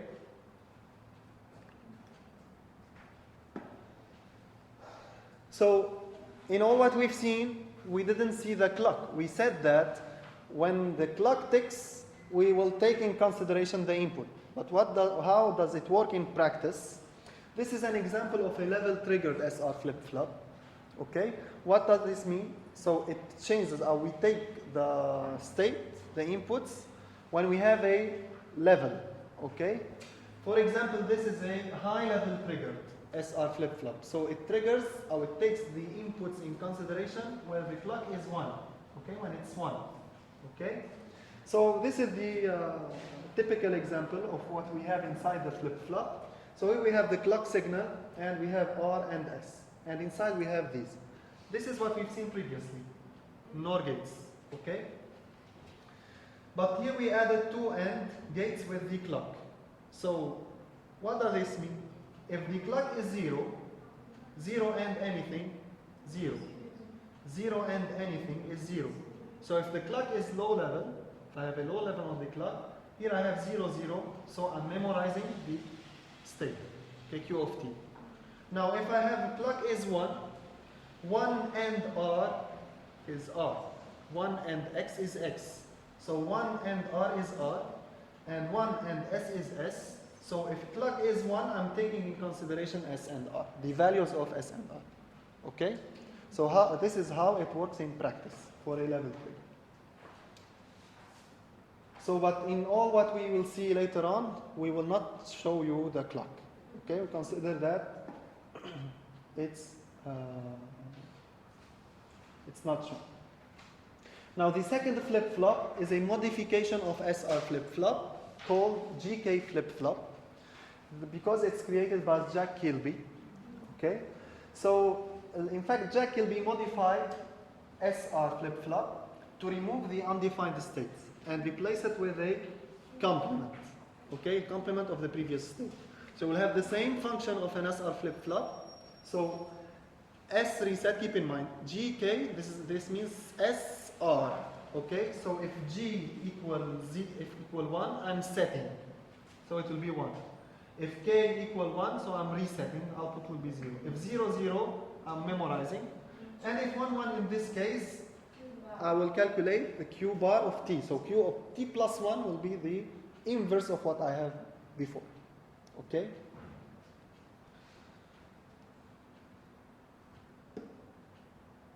Another modification for SR flip-flop is the D flip-flop. So in D flip-flop, I will have only one input. Okay? And outputs Q and Q bar. If D is equal 0, the output will be 0. If D equal 1, output will be 1. Okay? So look here, we have only one input. We are taking this input on S and the complement on R. So if D equal 1, S will be 1, R will be 0. So I'm setting. Okay, output will be 1. If D equals 0, S 0, R 1. So I'm resetting, output will be 0. Okay?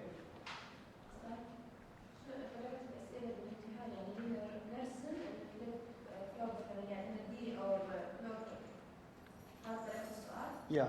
ممكن you need what is the characteristic table of a D flip-flop, what is the symbol, or how you can create an SR flip-flop from a D flip-flop from an SR flip-flop. Okay, you need to draw this one. Okay. Or they can give you a sequential circuit, as we will see later on. Okay, registers, we will see two types of sequential circuits, registers and counters. Okay, you need to know how to analyze a register and a counter. I will explain.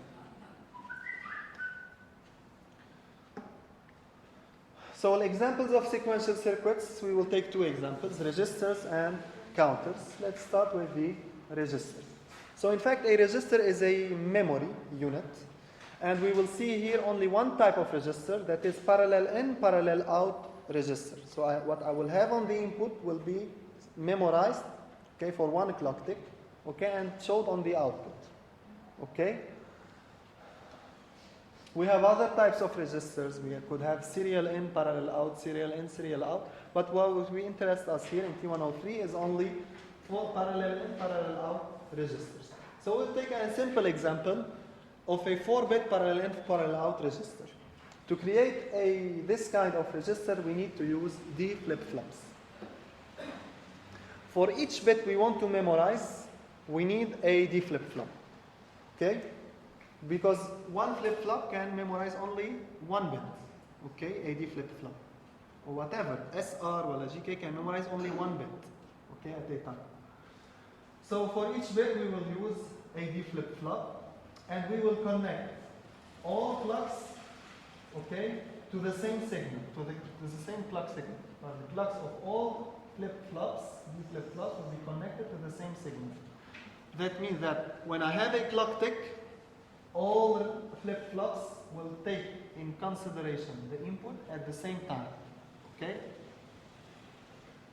So what happens in fact? In 1, in 1, I and 0, in 1, in 2, and in 3 are the input bits, and out 0, 1, 2, and 3 are the output lines. When the clock ticks, if I have a level triggered, a high level triggered, when I have a high level, the inputs are entered to the D flip-flop, memorized, and showed on out the output. Okay? Until I receive the next clock tick, as I'm between two clock ticks, the output will be memorized until I receive the next clock tick. On the next clock tick, I will take the new inputs. Okay, let me show you this animation. So for example, let's consider that inputs are 0, 0, 0, 0.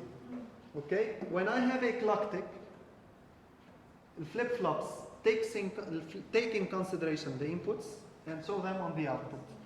Okay? So what I have here will be shown. Okay? And each flip-flop memorizes this bit until the next clock tick. Okay? So even if I remove 0 here or it changes during two clock ticks, I will always have 0. Okay? Now, if input changes, if inputs change, okay, but I still didn't receive the next clock tick. Okay, the output will be the same, the last output. Okay, until I receive a new clock tick. In this case, D flip-flops takes at the same time the input bits and show them on the output, and so on. Okay? Exactly, input and out the same. Are the same exactly, It's but depend to the clock tick.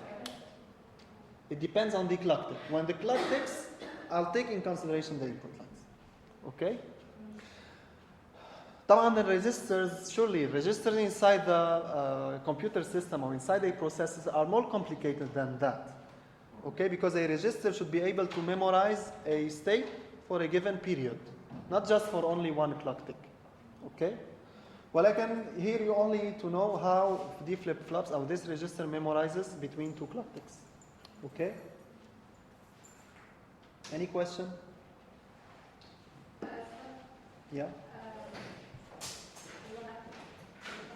This is the clock, okay, to symbolize the clock tick. Last example today is the counter, okay? So what is a counter? It counts, okay? So 0, 1, 2, 3, 4, 5, and so on. What we will see also in this lecture, or in T103, is a 4-bit counter. Okay, so it's a counter that counts only 4 bits. Okay, what does this mean? What is the minimum number with 4 bits? Minimum 0. Well, maximum 15. Okay, it's 2 power 5, 4 minus 1. Okay, so it's 15. So in fact, this counter counts from 0 to 15. When it achieves 15, it restarts. okay, from 0, and so on. Okay? So these are the outputs. What we are showing here are the outputs. Okay, so before we see the sequential circuits of a counter, let us analyze the outputs of a counter. So this is the first state, the output bits, 0, 0, 0, 0. Then I will have 1. Okay, this is 1 in binary.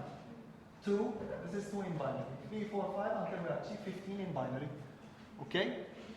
Now if we analyze this table, okay, let's see what happens. Let's take this bit. Okay? What can you deduce? Okay, it's always triggering. Okay? Faizan, I'm always switching the bits. So on each clock tick, this bit must change. Okay? It should change. Faizan, on each clock tick, this bit changes. So this is the first note. The second note, when does this one change? When does this one change?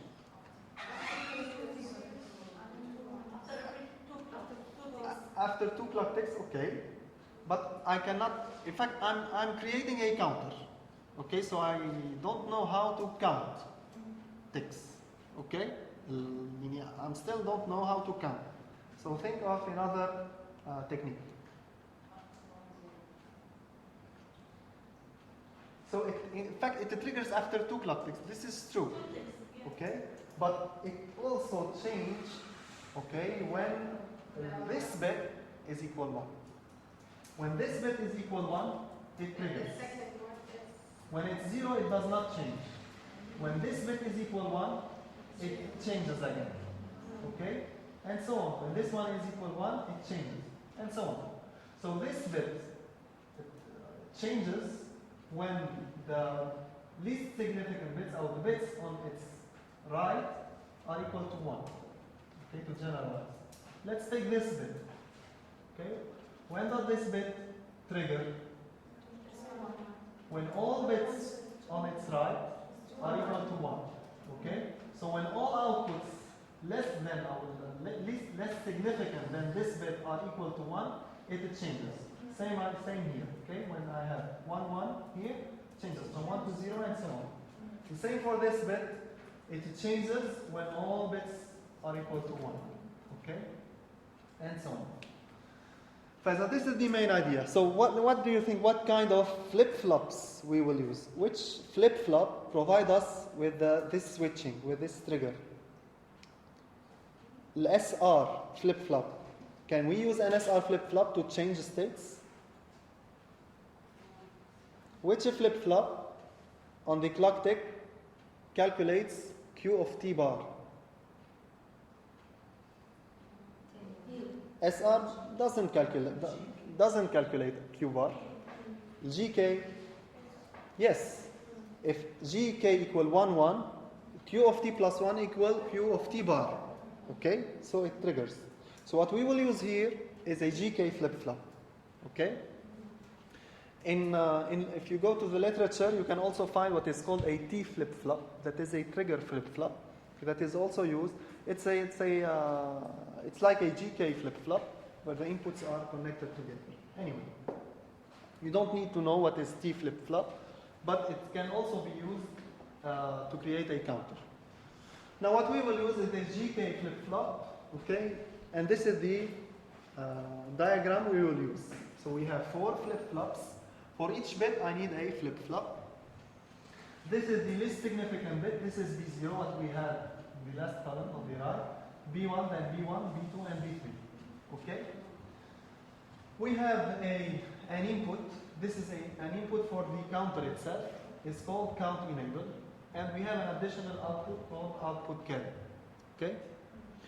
So what do you think, what does a count enable means? What happens if count enable equal 1? So the counting is enabled. So I'm counting. So if count to enable is 1, the counter is counting. Okay? So on each clock tick, it changes. Each clock tick, it changes. Fine. So let's now consider that CE, our count enable, is always equal 1. Okay? So on each clock tick, I need these bits, these output bits to change. So what we said previously that B0 must change on each clock tick. Okay? So we will connect, in fact, we will connect all flip-flops to the same clock tick. Okay? So when the clock ticks, I need this one to trigger. How to trigger? By connecting GK to count enable. So count enable is always equal 1. So here I will always have 1, 1. So on each clock tick, flip-flop triggers. Okay, changes the output. So B0 is always changing between 0 and 1. Now, the same for the other flip-flops, for all bits. G is always connected to K. This means that if here I have 0, I'm memorizing the state. If here I have 1, B1 changes. Okay? Now, what is CO2? It's B0 and count enable. So if count enable is always equal 1, I'm making 1 and B0. So CO2 is equal to B0 if count enable equal 1. Okay? What does this mean? Here I have B0.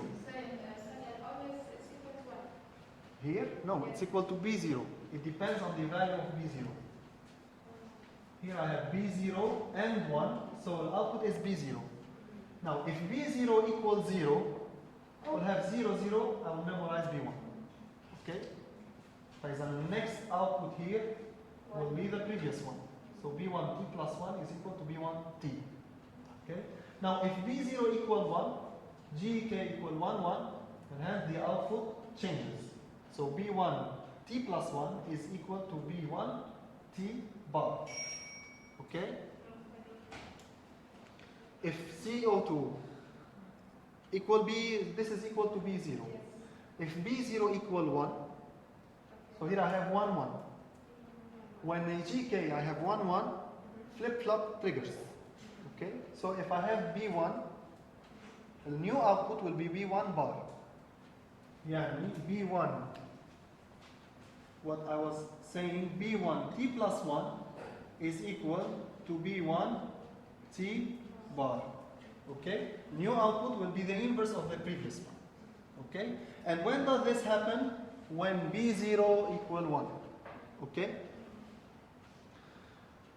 Which is true, because we want to change this one when B0 equal 1. Now we want to change this one if B0 and B1 equal 1. Right? So what we will do, here we have B0, right? If count enable equal 1. So we will end B1 with what we have here, B0. So the output here, if count enable equal 1, the output here is B0, B1. That is a and between them. So if B0 and B1 equal 1, this is 1, 1, B2 changes. Okay? Now if one of them is equal 0, if any one equals 0, this will be 0, this flip-flop memorizes the state.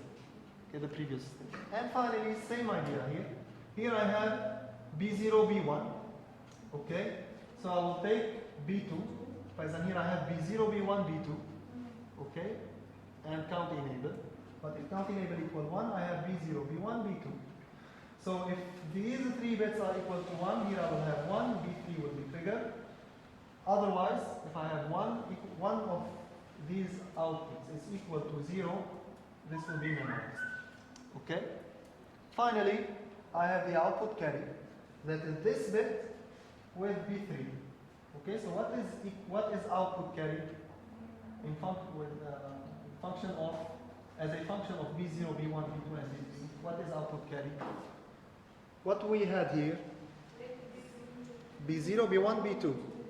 Okay, so here we have B0, B1, B2, and B3. So when output carry is equal 1, no, the output carry is 1 digit. It's one logical value. That is equal, output carry is equal to B0, B1, B2, and B3. So when output carry is equal 1,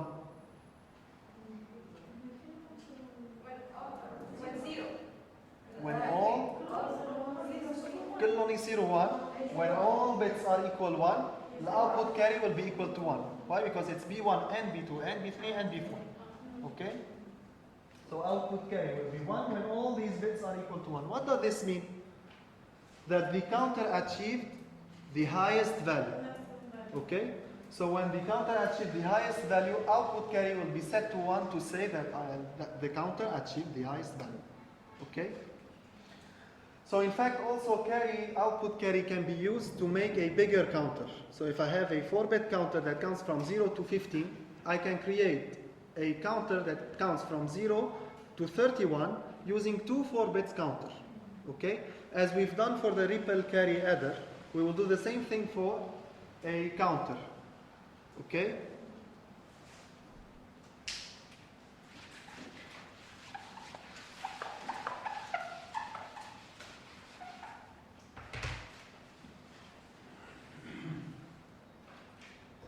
So how to create an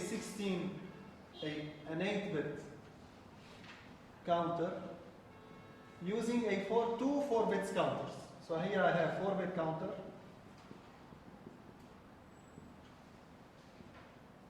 The input count enable. I have 4 bits outputs, and I have the carry output carry, and I have another 4 bits counter with a count enable and output carry, and I have 4 bits. So this is B0, B1, B2, B3, and this will be B4, B5, B6, B7. When B0, B1, B2, B3, okay, the output carry is 1. Okay? Faizan, this will be connected to the count enable. Okay? So on the next clock tick, this counter, the count enabled 1, B4 triggers. Okay, so if it was equal 0, 0, 0, 0, 0, on the next clock tick, what will happen during the next clock tick? This will be equal 0, 0, 0, 0, and here I have count enabled. This will be switched, will be 1. Okay, the next clock tick. Okay, now on this clock tick, this is the new output, but what is output carry? 0. It's 0 now. Okay, so it will no more count until we achieve maximum. Okay, it triggers will be 0, 1, and so on. Okay. Some tricky questions. Okay, from all the exams.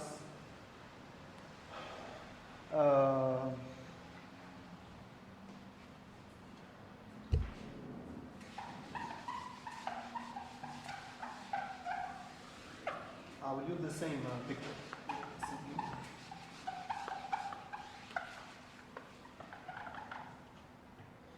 Okay. If they give you this diagram, okay, this picture, that is a 4-bit counter. Okay, when you see this, you should know that this is a 4-bit counter. Okay. And they give you, for example, value. This is the current state, okay? And they ask you, what happens, okay, when the clock ticks and count enable equals 0? What would be the output if count enable equals 0, okay, on the next clock tick?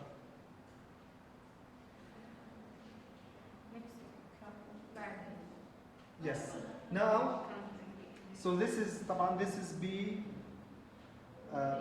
B3 of T, B2 of T, B1 of T, and B0 of T. Okay? Now, if count enable equals 0, what will be the next output? What will be B3 T plus 1, B2 T plus 1, B1 T plus 1? So B1, 1, 0, 0? No, 1. Keep in mind, this is a counter. Okay? a counter adds only 1 in each clock tick. Okay? Keep this in mind. In fact, you have 2 ways to think. You can think with this, by thinking that a counter adds 1, or you can analyze the circuit, which is much more complicated. Okay? Now, you should keep in mind 3 things. We have the bits, the output bits, we have the count enable, and we have the output carry. What is the meaning of count enable? You told me. It enables counting. So if CE equal 1, it counts. If not, it memorizes its state. It does not change. Okay? So if count enables 0 and the clock ticks, what will be the output? Nothing changes. So B3, new B3, B2, B1, B0 of t plus 1 will be equal to 0, 0, 1, 1. Okay? If CE equals 0. Okay? Now, if CE equal 1 and the clock ticks, what will be the new output?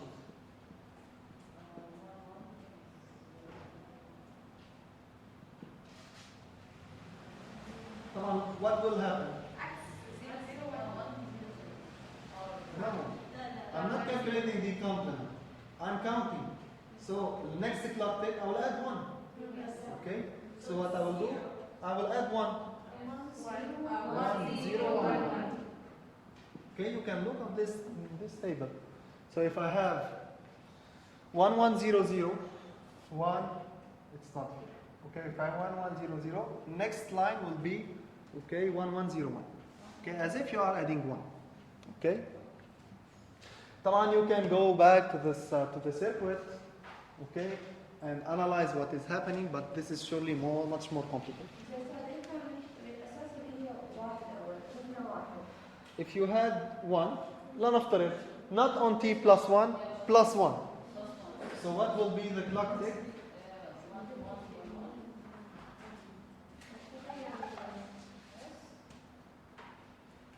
If CE equal 1 and clock ticks twice, 2 times. Okay, and B3, B2, B1, B0 of t plus 2. Okay, so t plus 1 we had 1, 1, 0, 1. New one will be 1, 1, 0, 1 plus 1. 1 plus 1, 0 carry 1 plus 0. 1, 1, 1.